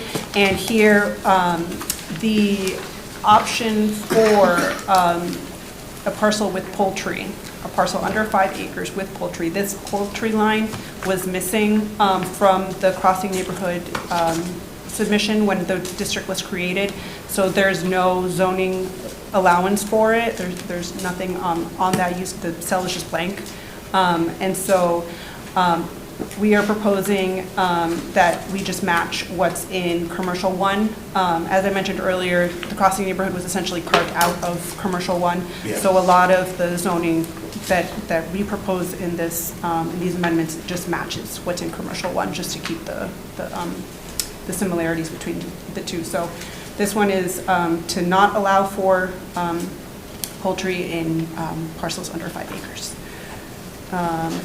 The next attachment before you is attachment 3, and here, oh, I've got to find it. Here we had in a previous submission, this note, note 6, not allowed on sidewalk level in multifamily development, should have been called to the planning board's attention and to the council's attention because it was being struck, but it was not bolded. So this is sort of just creating the record that the note was struck. We do agree that with the previous submission that it should be struck. We just want to sort of create that record to show when it happened, because currently you don't really see the movement when you look through the history of the zoning bylaw changes. So we're just calling attention to that. For attachment 4, we've got a couple of changes here. So here you'll see that in, and I'm just going to go through the district. So for right here, you'll see all of these bolded boxes. If you look on the use tables online right now, they're blank. So these were going to be proposed amendments that should not have been part of the previous submissions, but because, again, they were sort of struck and included, they were removed from the use table. So right now they're empty. We're just putting back what was there before, so disallowing all of these uses. And it doesn't make any changes, it just sort of memorializes that nothing has changed. And then here, we've also got some changes that happened inadvertently. So these two, hold on, I'm trying to get this both so that you can see it, but also see what districts are affected. So for the industrial district and the light industrial district, these were changed inadvertently. Again, these were part of the submission and they shouldn't have been part of it. So we're just putting it back to needing a planning board special permit for medium scale solar energy systems, and in the industrial, and I'm sorry, I said the wrong districts. The business district is for planning board special permit for medium scale solar, and in the industrial district, it's allowed by right for medium scale solar. So again, just putting what should have been, or what was there back. Can I ask a question? Yep. Because this actually came up on the ground-mounted solar. So I realize that solar energy is a by right in Massachusetts, but is there any like sort of best practice or recommendation or maybe requirement to talk to a neighbor before you construct one of these gigantic structures, or is it just allowed? So I think I'm going to defer to Mark. So it depends where they're proposing to put it, but if it complies with setbacks or it's going to be on something that sets back a requisite amount, you may not need any kind of approvals at all. There's been Chapter 40A, Section 3 which is the original zoning exclusions, includes solar and wind, largely protected as of right, as you said. There's been some court decisions at the higher levels, which has expanded that. It's a public policy thing, set at the state level. So it's pretty much as of right, unless it's an extreme situation. Now, we do have dimensional requirements, which we, when we adopted solar, back when Brian Taberner was still the head, we went through at that time, because that's when the focus really was. And the focus really was on the large-scale projects where they would be, on the one hand, that they not end up in residential, but on the other hand, that there'd be enough area that we wouldn't have our zoning nullified. So we set a balance on those, and then we tried to restrict it more when it came down to the areas where it didn't seem to be either that they had the space or that it was consistent with the character of like a largely residential neighborhood. Yeah, thank you, Mr. Chairman, through you. Counselor, if all of you looked at the second row up from the bottom, under medium scale, you'll see footnotes 8 and 10, but if you look over to the use chart, you'll see PB, PB, PB, N7, N, N7, and PB, so forth. The only allowable district where that's by right is industrial. So for residential neighborhoods, most of these smaller scale solar ground-mounted facilities actually require a special permit from the planning board. So that's like a check and balance. If you're talking about neighbors in residential areas, it's not a given that they'll get it. And if you notice down on the footnote, for some of the more dense areas like GR5, where it has an N there, where it's not allowed, it is only allowed as an accessory to another permitted use. So that's really where you get into, they're really, obviously small scale solar you can see is a Y across the board in residential districts, but then when you get to large scale, it's all N, which is not allowed. And that medium-sized one does have some constraints. So to Mark's point about setbacks, about a variety of other property use requirements, a medium-scale ground-mounted facility or solar panel like that is not going to be something that's, very large. And it's not even guaranteed that it would ever get approved in a residential district without a special permit from the planning board, which those residents, I think I stand with you. I hope neighbors would be neighborly and let their neighbors know what their intentions are before it has to all spill out on camera at a planning board meeting and get hot, really, and then get like chippy and litigious and whatever. But there are protections in here for those residential homeowners with that special permit criteria for a medium scale. So that should be enough, check and balance for at least any neighbor that wants to put in something larger than they should. I hope that helps a little bit. Go ahead. And also the focus, again, it's ground mounted. Right. This does not address roof installations or installations on other structures at all, so.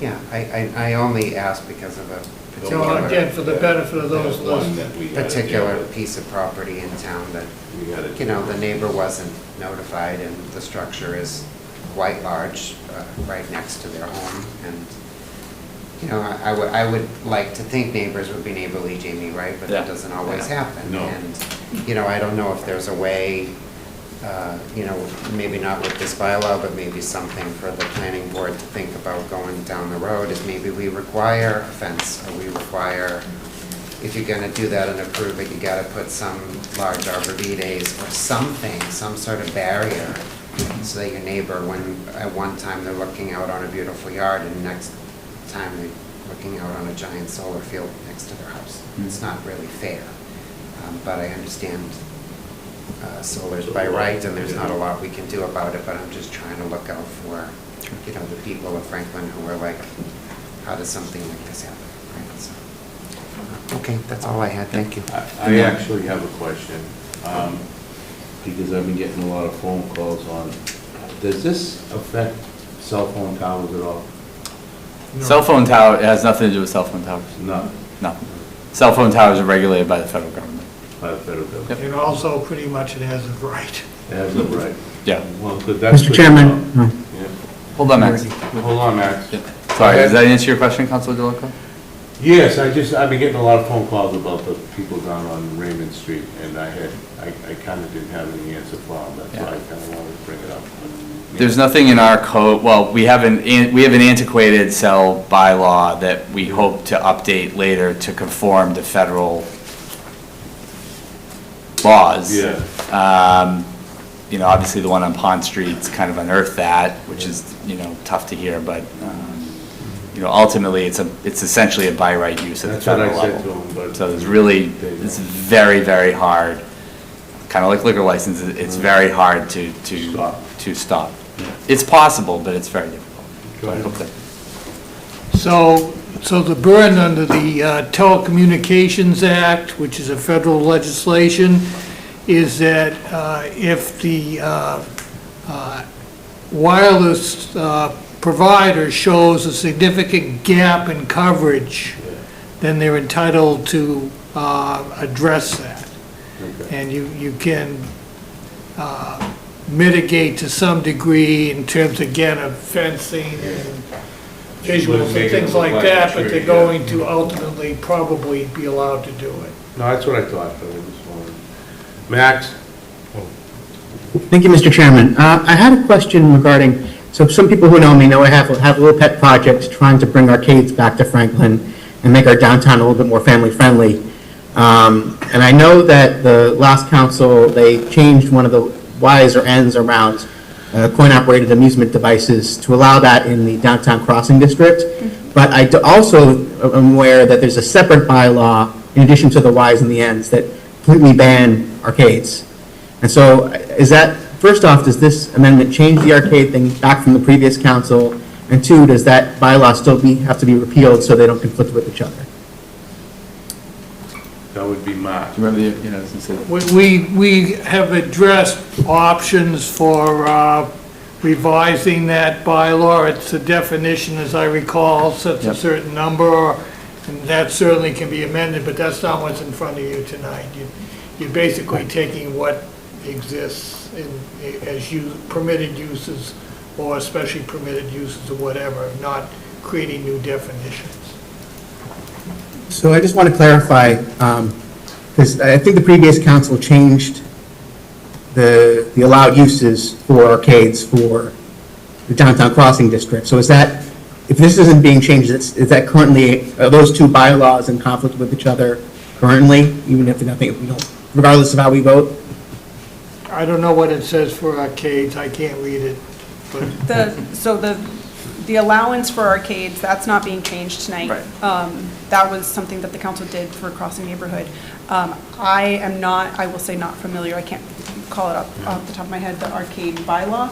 So I would have to look to see how that actually reads. And there's the number of units that, I mean, Devices. you have the coin-operated amusement devices, and they're not addressed. You can have a couple perhaps, but if you go over a certain number, then you're meeting the definition of an arcade, and then it's regulated by the zoning bylaw, and in many cases not allowed. And just to close the loop, we can talk about this offline, Councilor Morangelo, but there was one person who was possibly looking at a vintage style arcade, and I'm not sure that party is interested in that anymore. We did meet with them at Tech Review, and it seemed like there were some other issues with their proposed idea project about commercial kitchen, because they wanted a restaurant. Like, I don't remember every single little detail, but we haven't heard back from that proponent in a while. So if you have a contact, we can get looped in again and see if they're still interested, but No, there was a little more to it than want just to- an arcade. You know, there's a little bit more to it than just like allowing an arcade or not. No, and All right, thank thank you, you. Counselor. I think that we will probably have a few more sort of cleanup Cleanup amendments coming towards you all. The wireless bylaw we're working on right now to bring it into compliance. So there might be a couple of amendments, coming down the pipe. So I'll look into this one, and if we need to address it, then we can sort of take advantage with the next round of cleanups. Yeah, it's funny, I picked up on the solar as well. I think one of the things we should do, not tonight, but as we say cleanup, we should define what is small scale, medium scale, and large scale. Like small scale is 300 square feet, medium scale is 300 to 700. Because I do not, anywhere there where it talks about light, medium, heavy, those are very ambiguous terms. They're We should be defined very- somewhere. Yep. There's a definition They're section defined in in the the code. bylaws. It's obviously zoning, and I know gets complicated. It's not like zoning is all perfectly organized. There's a whole section of definitions that do that. So we'll send it around to folks if they want. Okay, as long as there's a definition, Yeah, there that's, are. this is, I don't see it, I'm thinking. No, that it's it not on doesn't the- exist. it's not on Because I these see it in tables. other places, it said 5,000 square feet, Yep. more than 5,000, so Yeah. that's all, so, thank you. All right, are you done? No, a Okay. couple more attachments. Keep going. All right, so this one, just to sort of clarify, this combines the MBTA communities changes and this C changes 948. So you can sort of see what it would all look like together. So for the current proposed amendments, we have, so the crossing neighborhood submission didn't include as part of a mixed-use development, which is a big missing ticket for crossing neighborhood. So we're just adding it into the table, and then it is currently blank. So we are proposing the same that exists for commercial one, which is allowing it. My own submission earlier this year to you all inadvertently didn't include the crossing neighborhood because I was using the residential kitchen submission. So I am adding it back in here and then again just matching it to C1. And then one of the amendments that was meant to be proposed in, I want to say residential commercial kitchens, which is 6.3 B in commercial one, which is changing it from special permit from the ZBA to an allowed use, wasn't clearly reflected in that submission. So just here creating the record, it's already sort of in the bylaws, but creating that record of the change. And almost done. Here, the submission for the Crossing Neighborhood District did not include residential commercial kitchens. These two changes, the amendments came through essentially at the same time. So we're just adding in some regs on the allowed use, and so we're matching that again to C1, to commercial one.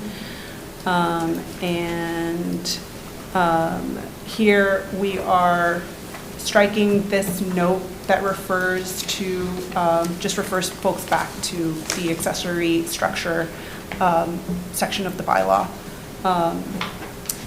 It's not necessary, so we're just, that was included in the submission for the crossing neighborhood, but wasn't called out, so calling it out now. And I believe that's it. Yeah.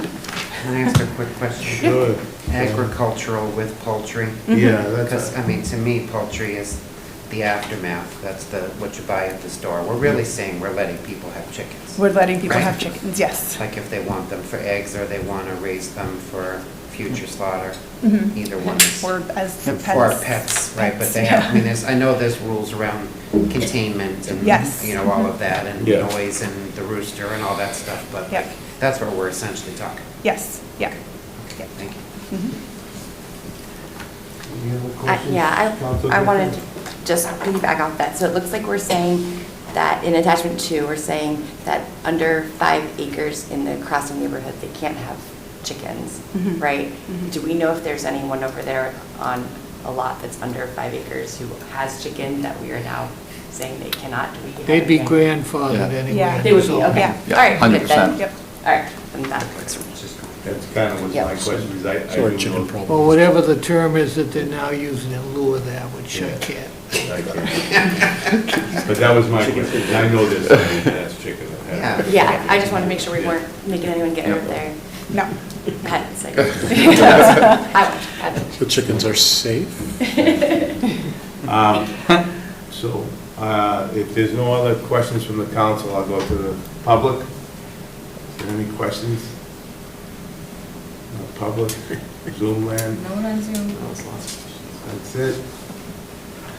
All right, so I'll declare the public meeting for zoning bylaw amendment 26-948 closed.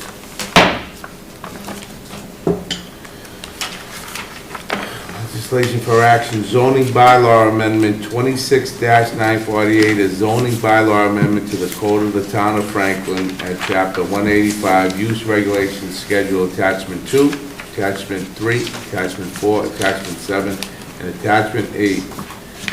The first is a first reading. Clerk will read the reading.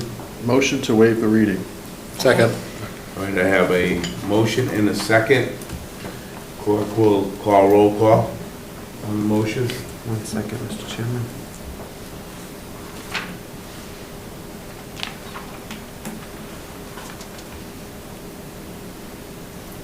This is a motion to waive the reading for bylaw amendment 26-948. Councilor Rajuku. Yes. Councilor Morangello. Yes. Councilor Malloy. Yes. Councilor LeBlanc. Yes. Councilor Griffith. Yes. Councilor Callaway Tripp is absent. Myself, yes. Vice Chair Yes. and Chairman. Yes. Motion to move zoning bylaw amendment 26-948 to a second reading. I have a motion and a second. Discussion? Discussion. Clerk will read. 26-948 bylaw. This is to move it to a second reading, correct?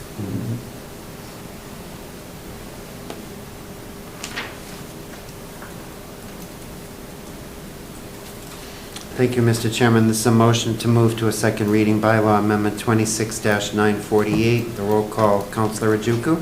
Yes. Councilor Morangello. Yes. Councilor Malloy. Yes. Councilor LeBlanc. Yes. Councilor Griffith. Yes. Councilor Callaway Tripp is absent. Myself is a yes. Vice Chair. Yes. Chairman. Yes. Motion passed. Thank you. You done? Thank you. Thank you. You can stay if you want. I'm all set. Talking solar, talking chickens. It's been tons of fun. All right, moving on. Legislation for action. Zoning bylaw amendment 26-950, bylaw amendment to the Code of Franklin, Town of Franklin at Chapter 139, Section 139-14, sewer system map. This is the first reading. Yep. You don't know. Yeah, sure. Through you, Andy? Mr. Chairman, items E and F are both intertwined with the same issue. One's a sewer map amendment for public sewer connection, and one's a water map. Just for background, these require a first reading and a second reading, so they require 2 votes. So if approved tonight, the second vote would be on May 13th. The proponents are here tonight, I think represented by Attorney Canetta, and Mike Maglio, our town engineer, is here to answer any questions. There's just by standard process, so everybody knows, when folks work with the DPW, after a planning board subdivision approval or a house lot approval, A&R lot, whatever they may be, they typically work through the DPW, and we all get a comment feedback letter from the town staff on what exactly is going on, just so that all of you have the background information from the town staff. So that letter is incorporated in here. That's a standard practice. And I'll just leave it to maybe the attorney and Jean. I don't know if you guys want to come up, just to answer any questions. Mike, if you want to come up and give us a little background, please. Absolutely. Thank you, Mr. Chairman. So the applicant is applying for a water and sewer map extensions for a proposed 5-lot subdivision off of Union Street. It's gone through the planning board and been approved already. So they're looking for water and sewer map amendments. We've met with the applicant a number of times over the past couple of months, in addition with the fire department, to go over the proposal. With their, one of the issues that we were having is that section of Union Street in front of where the proposed development's going to go, there's a 6-inch cast iron water pipe there. It's an older pipe. And so as we were looking at that, we've, working with the developer, we came up with a plan for them to replace about maybe 50 feet or so of that existing main with a new 12-inch main, which will eventually be upgrading the rest of that main at some point in the future. And they're going to reconfigure the connection with Delta Drive, which is immediately across the street. So in the end, they're going to basically reconfigure all the water pipe and valving in front of their development to which they'll be connecting to. The value of the work that they're going to be doing is about $60,000, which will, save the town from doing that work in the future when we replace that ourselves. In addition to that, there were also, the applicant also agreed to contribute another $35,000 on top of that, which will be used by DPW for future system improvements that we deem important in that area or elsewhere in town. So for about a value of about $95,000 that the developer is going to be contributing to the DPW for that work and the cash donation, we'll get those improvements done there, and we feel that that's a significant value for the town. And in working with the fire department also allows them to provide the necessary fire protection on the new subdivision too. So the fire department was happy about that. The applicants are here if there are any other questions, but in addition to that, they will still need to go through the regular process and file for all the applicable permits and pay all the applicable fees to go with that, in addition to what they're contributing. Yeah. If there's any questions, I'd be happy to. Questions? So Mike, septic is not able to be done on these sites? They could be. I mean, there was an option. They got approved by the planning board, so one of the things they were going to look at in the beginning was septic and private wells, but then there was the issue of the fire protection, which fire department really wanted to see some hydrants and fire protection for that new development. So by working with the developer, we came up with this plan to make everything work, and they're providing that contribution to make it worthwhile for the town to actually allow them to do that. Okay. And actually, that was my next question. Do we have a formula? Have we ever come up with a formula as it relates to this? I mean, like, for every lot that you're getting out of this, you're going to pay $20,000 as... This, we don't have a specific formula, but this is in line with the past couple of map amendments have, is basically an equal value for per house. We had one up on Symphony Drive maybe a few months ago.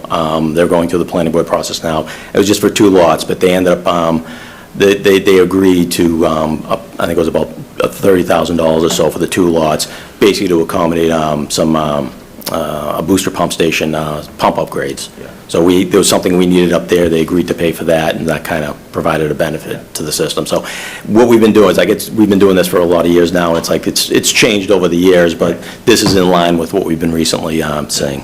I mean, I'd like to see us come up with a little bit more standard approach to this. I don't know if Mark's going to raise his hand and say you can't, because I saw his hand go up.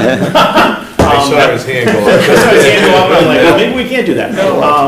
Because I would like to see kind of a more standard, I mean, you're talking about the person who wants to grow economic development, so I don't want to stifle it, but at the same time, if there is some, a formula as it relates to remediation, like someone's taking 1 lot and being able to build 7 lots, I'd like to say, okay, it's $25,000 per lot or something like that. So that way there is it's not an arbitrary, and to your point, it's probably been fairly consistent, but I would like it to see us come up with a formula for that.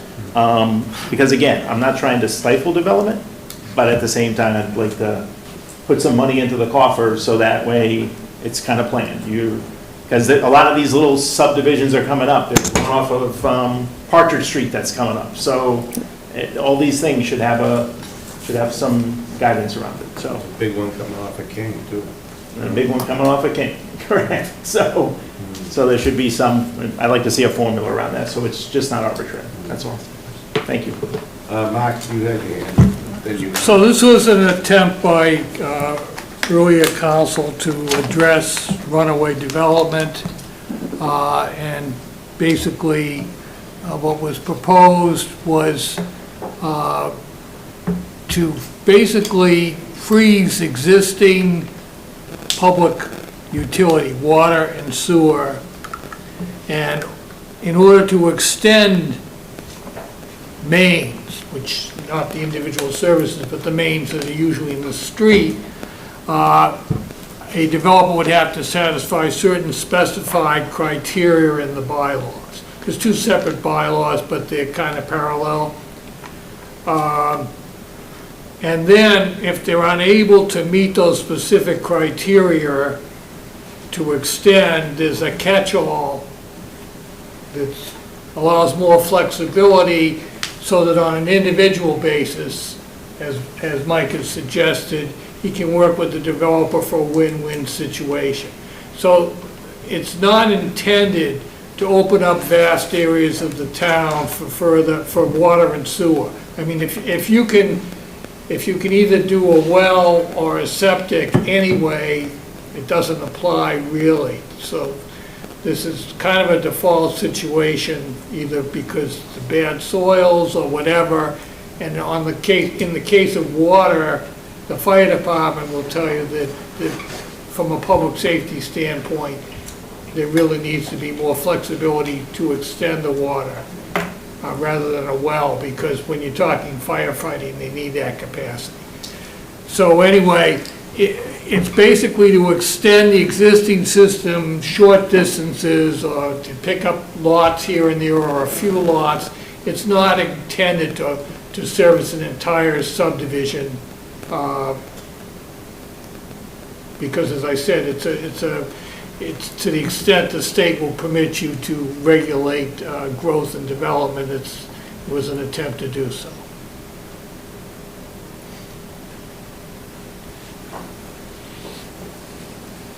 I'm good. Mr. Moran. I thought I said it was good. Yeah, Sorry. no problem. Yeah, you got a question. By the way, I'm for this, just so. Yeah. Just Mike, can you just, for the purposes of the public, tell us where on Union Street this is being proposed? Sure, this is at 543 Union Street, and this is, you may know, the Blueberry Farm out there. So there's two separate properties. One of the property owners has sold the farm to the developer, and the developer's looking to build on that, and he already has the approved subdivision already approved by the planning board. And just so everybody knows, when we say subdivision, we're talking single-family homes?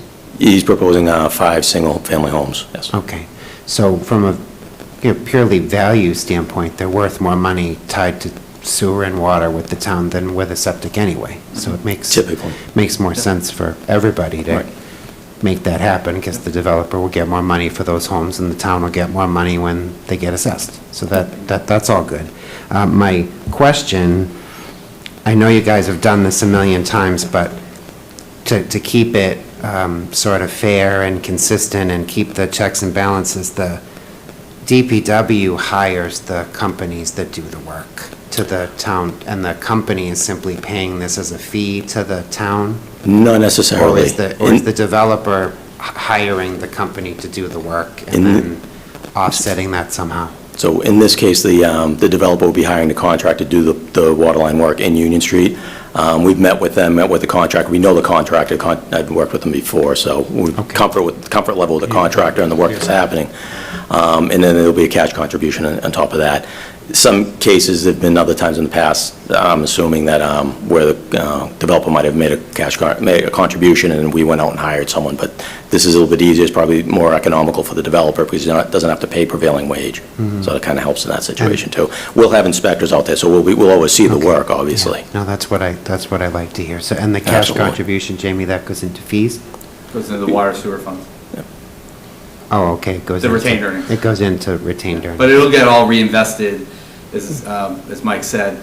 You know, when you charge fees like that, whether it's a permit fee or a contribution or whatever, that money has to go dedicated towards the infrastructure, which makes sense. I mean, I don't think anybody's disagreeing with it. You know, but they're coming into a public system that might need some bolts fixed or some pipe fixed or maybe some analysis done on that area of town. We've been very successful over the years where a lot of the projects that have been done, you know, usually entail this kind of a thing. So we try to look at that part of the system and say, at that section of Union Street, can this money go to some of the work to betterment that area? And usually that's what happens. So, you know, it doesn't go to free cash, just for anybody watching at home. It can't go into capital, but it will go into capital sewer and capital water, into that infrastructure up in that neighborhood. And we have a fairly old infrastructure system on that part of town anyway, so this kind of makes sense. Yeah, Yeah. The particular pipe in Union Street is a little bit older, yeah. So whether it get used there or somewhere nearby or something else that we need, but as an example, I mentioned the one on Symphony Drive, that actually, you know, those proceeds are going to go to upgrade new pumps for the water booster pump station that's in that neighborhood. So that's something we needed to do anyway, so that was sort of a win-win. And Mike, yeah, it is, it's a total Absolutely. win-win. My last question, Mike, does this open up opportunities for any abutters that are not tied into town water and sewer to maybe have that option to tie in, or no? No, this will be just this is just an extension for the new subdivision, but I'm pretty sure, I don't want to, definitely, I'm pretty sure that entire neighborhood's already tied in. Everybody Yeah. already on it? I'm not certain, but I would assume so. It's an older section. All right, that's Yeah. good to know. All right, thank you. Thank you, Mr. Chairman. Is anybody else? I think Max. Mr. Chairman? Sorry. Oh, sorry. Ready. Go ahead, Max, if you want. I got to use up my 4 questions for tonight. So I wanted to ask, I just want, from my understanding, when the senior center has a gift or a cash contribution, it comes to the council to be approved, and it's the same thing for the library. Why is the DPW different when you get a cash contribution? How come that doesn't come to us? This isn't a gift. So it's just not a donation? It's essentially a mitigation, if you want to think of it like that. Okay, that's all I have. And it's also isolated to, you know, state laws around enterprise funds, whereas, you're right, Max, a gift of $1,000 from the Rough Riders to the Veterans Fund, you know, legally has to come before the council. Caroline? Yeah, and this isn't specifically about this, I am for this, but I wanted to ask, Mark, you said that this is not meant to allow for like large subdivisions and things like that. Well, do you know where that line is between, you know, a couple of houses, you can have a member that does this, and a big subdivision? Do we have a, like? Well, again, it depends, it's specific with the proposed project and the proximity, the infrastructure we already have. So if sewer water is going by a large unimproved parcel, then they're probably going to be able to just hook in. That's not going to trigger an extension. And the key is mains, which are the bigger pipes that are servicing multiple properties. So wherever those end, or wherever manholes or connections end, that's what determines it. And again, when the bylaw was drafted in the first place, they provided a mechanism, a logical mechanism, they hoped, by providing specific stated criteria for being able to extend as of right. And if you didn't meet those criteria, then there is the catch-all term that more often than not, we apply for properties that are just beyond an existing main or whatever, and this give and take that Mike's explained in this case, that hopefully produces a win-win. So I hope I may be able to synthesize that just a smidge. It's not a unit count. If you had this application come in on Prospect Street, you can't mandate that all of a sudden now we have to run a pipe from Washington all the way up Prospect to hit somebody who is applying. So if somebody came in from Prospect Street and applied, even for 5 units, right, we wouldn't be able to do that. We're not required to do that. And that's to Mark's point earlier about controlling growth, is that there's not water mains throughout the entire town. In this case, the line in the sand is the entire neighborhood already has water sewer. This parcel's been left off.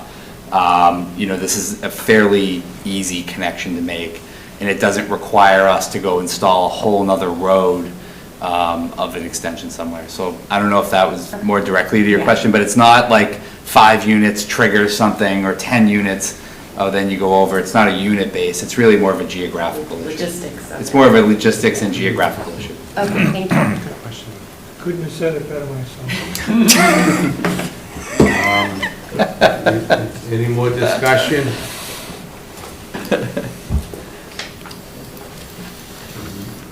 Moving on.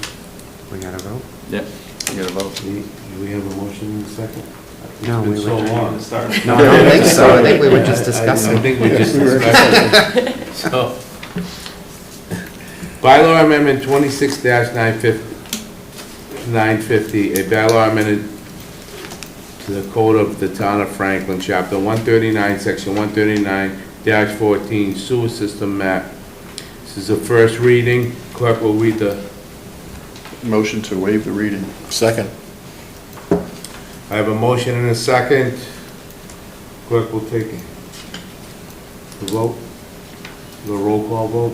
Okay, hold on.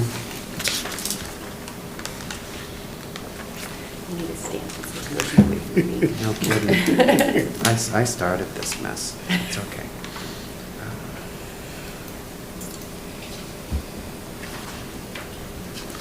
Okay, Mr. Chairman, this is a motion to waive the reading for bylaw amendment 26-950. The roll call vote. Councilor Rajuku? Yes. Councilor Morangelo? Yes. Councilor Malloy? Yes. Councilor LeBlanc? Yes. Councilor Griffith? Yes. Councilor Callaway Tripp is absent. Myself is a yes. Vice Chair? Yes. And Chairman. Yes. Motion passes. Motion to move bylaw amendment 26-950 to a second reading. Second. I have a motion and a second. Discussion. There's a typo on the number on the top, I just realized. Where? Somebody on bylaw amendment, at least mine says 25-950. Should be 26. Oh, it's probably on his... It's okay. Here's That his was for 26. 26-950, right? Yeah. So do we have to make an amendment? No, just somebody correct. We'll correct it for the second. We'll just correct it? We'll correct it final for the one? second reading To anyway. the second reading? Okay. So I have a motion and a second.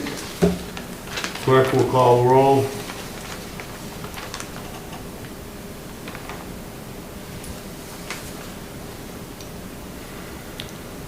And is this a motion to send it to a second reading? Yes.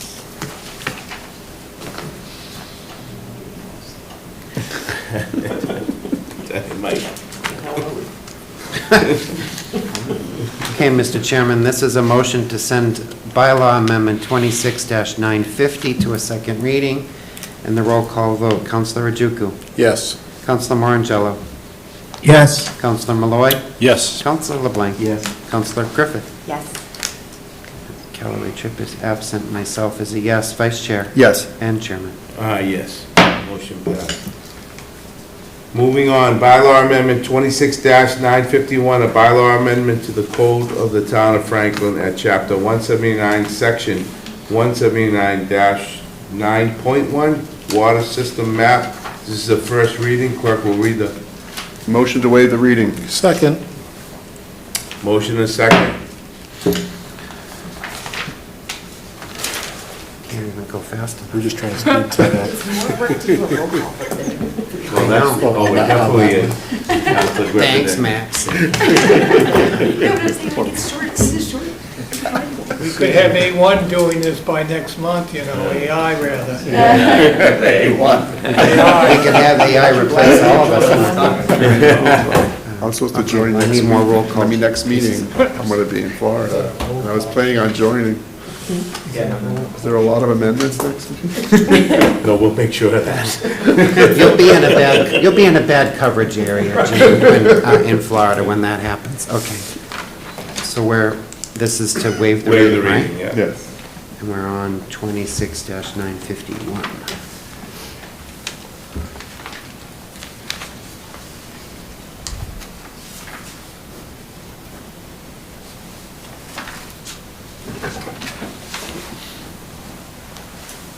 Okay, Mr. Chairman, this is a motion to waive the reading for bylaw amendment 26-951, and the roll call as follows.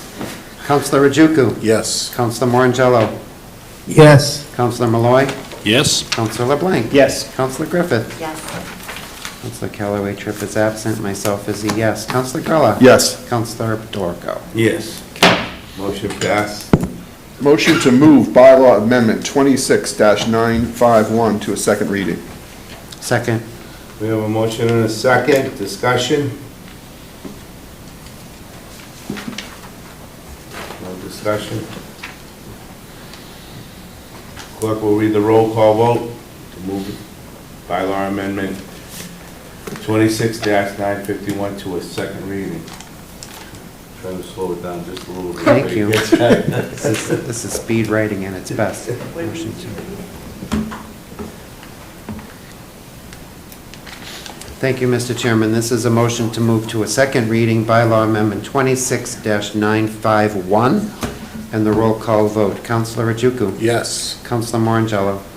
Yes. Counselor Malloy? Yes. Counselor LeBlanc? Yes. Counselor Griffith? Yes. Jean's absent, myself, yes. Counselor Grella? Yes. And Mr. Chairman? Yes. Okay. Motion passed. Good luck, thank you. Hopefully it goes faster than he will. Yeah. Okay, moving on, we're gonna do future agenda items. Councilor Malloy. I think we have enough going on. I think I'm good for right now. I think so. Yeah. Councilor Juco. I will second that. Councilor Griffin. Just a letter to the Bellingham. Yeah, we're gonna get that done.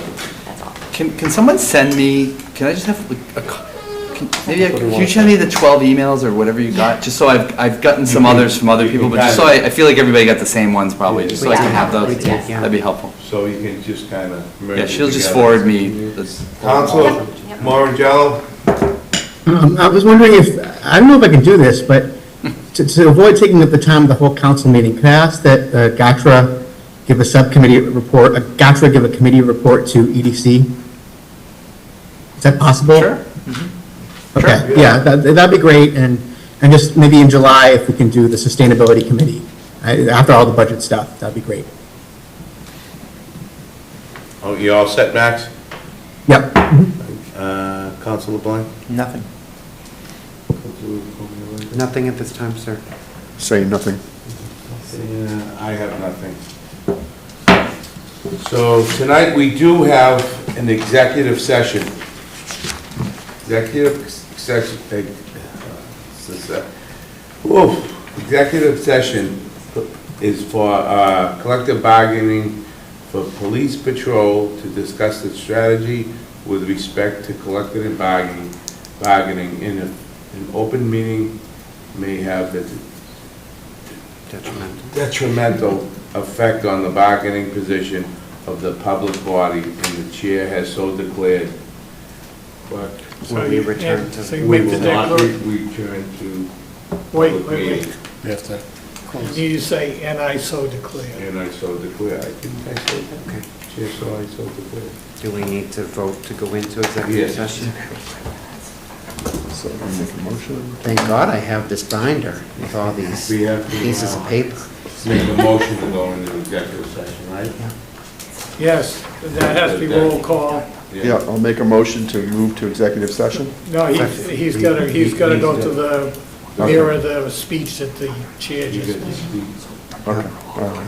Hold on. and then you, Then I can- that will be a motion you can second. Okay, all right. I'm just so gung ho to do this.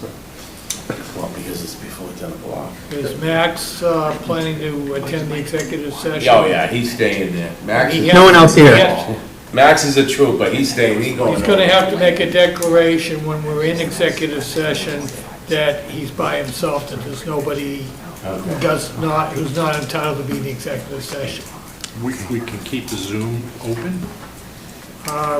For, Logistically, I'm not sure about that. Could there be other people on there that we just don't see? Yeah, with the allow them. no, I believe to boot people off, but I mean, I was just gonna kill the Zoom and put Max in on the phone. Yeah, let's do that. That's what we have been doing. Yeah, and Yeah, for that's that reason. that's safer. So, Mr. Chairman, this is a motion to move to executive session for the purposes of exemption 3. Do I need to read the entire thing? You can summarize it, just make sure the chair, you said the chair is so declared. Okay, as the chair has so declared, we're moving to exemption 3 for collective bargaining with the police patrol, and we need to do a roll call. And not Counselor- resume an open session. And we will not be returning to open session.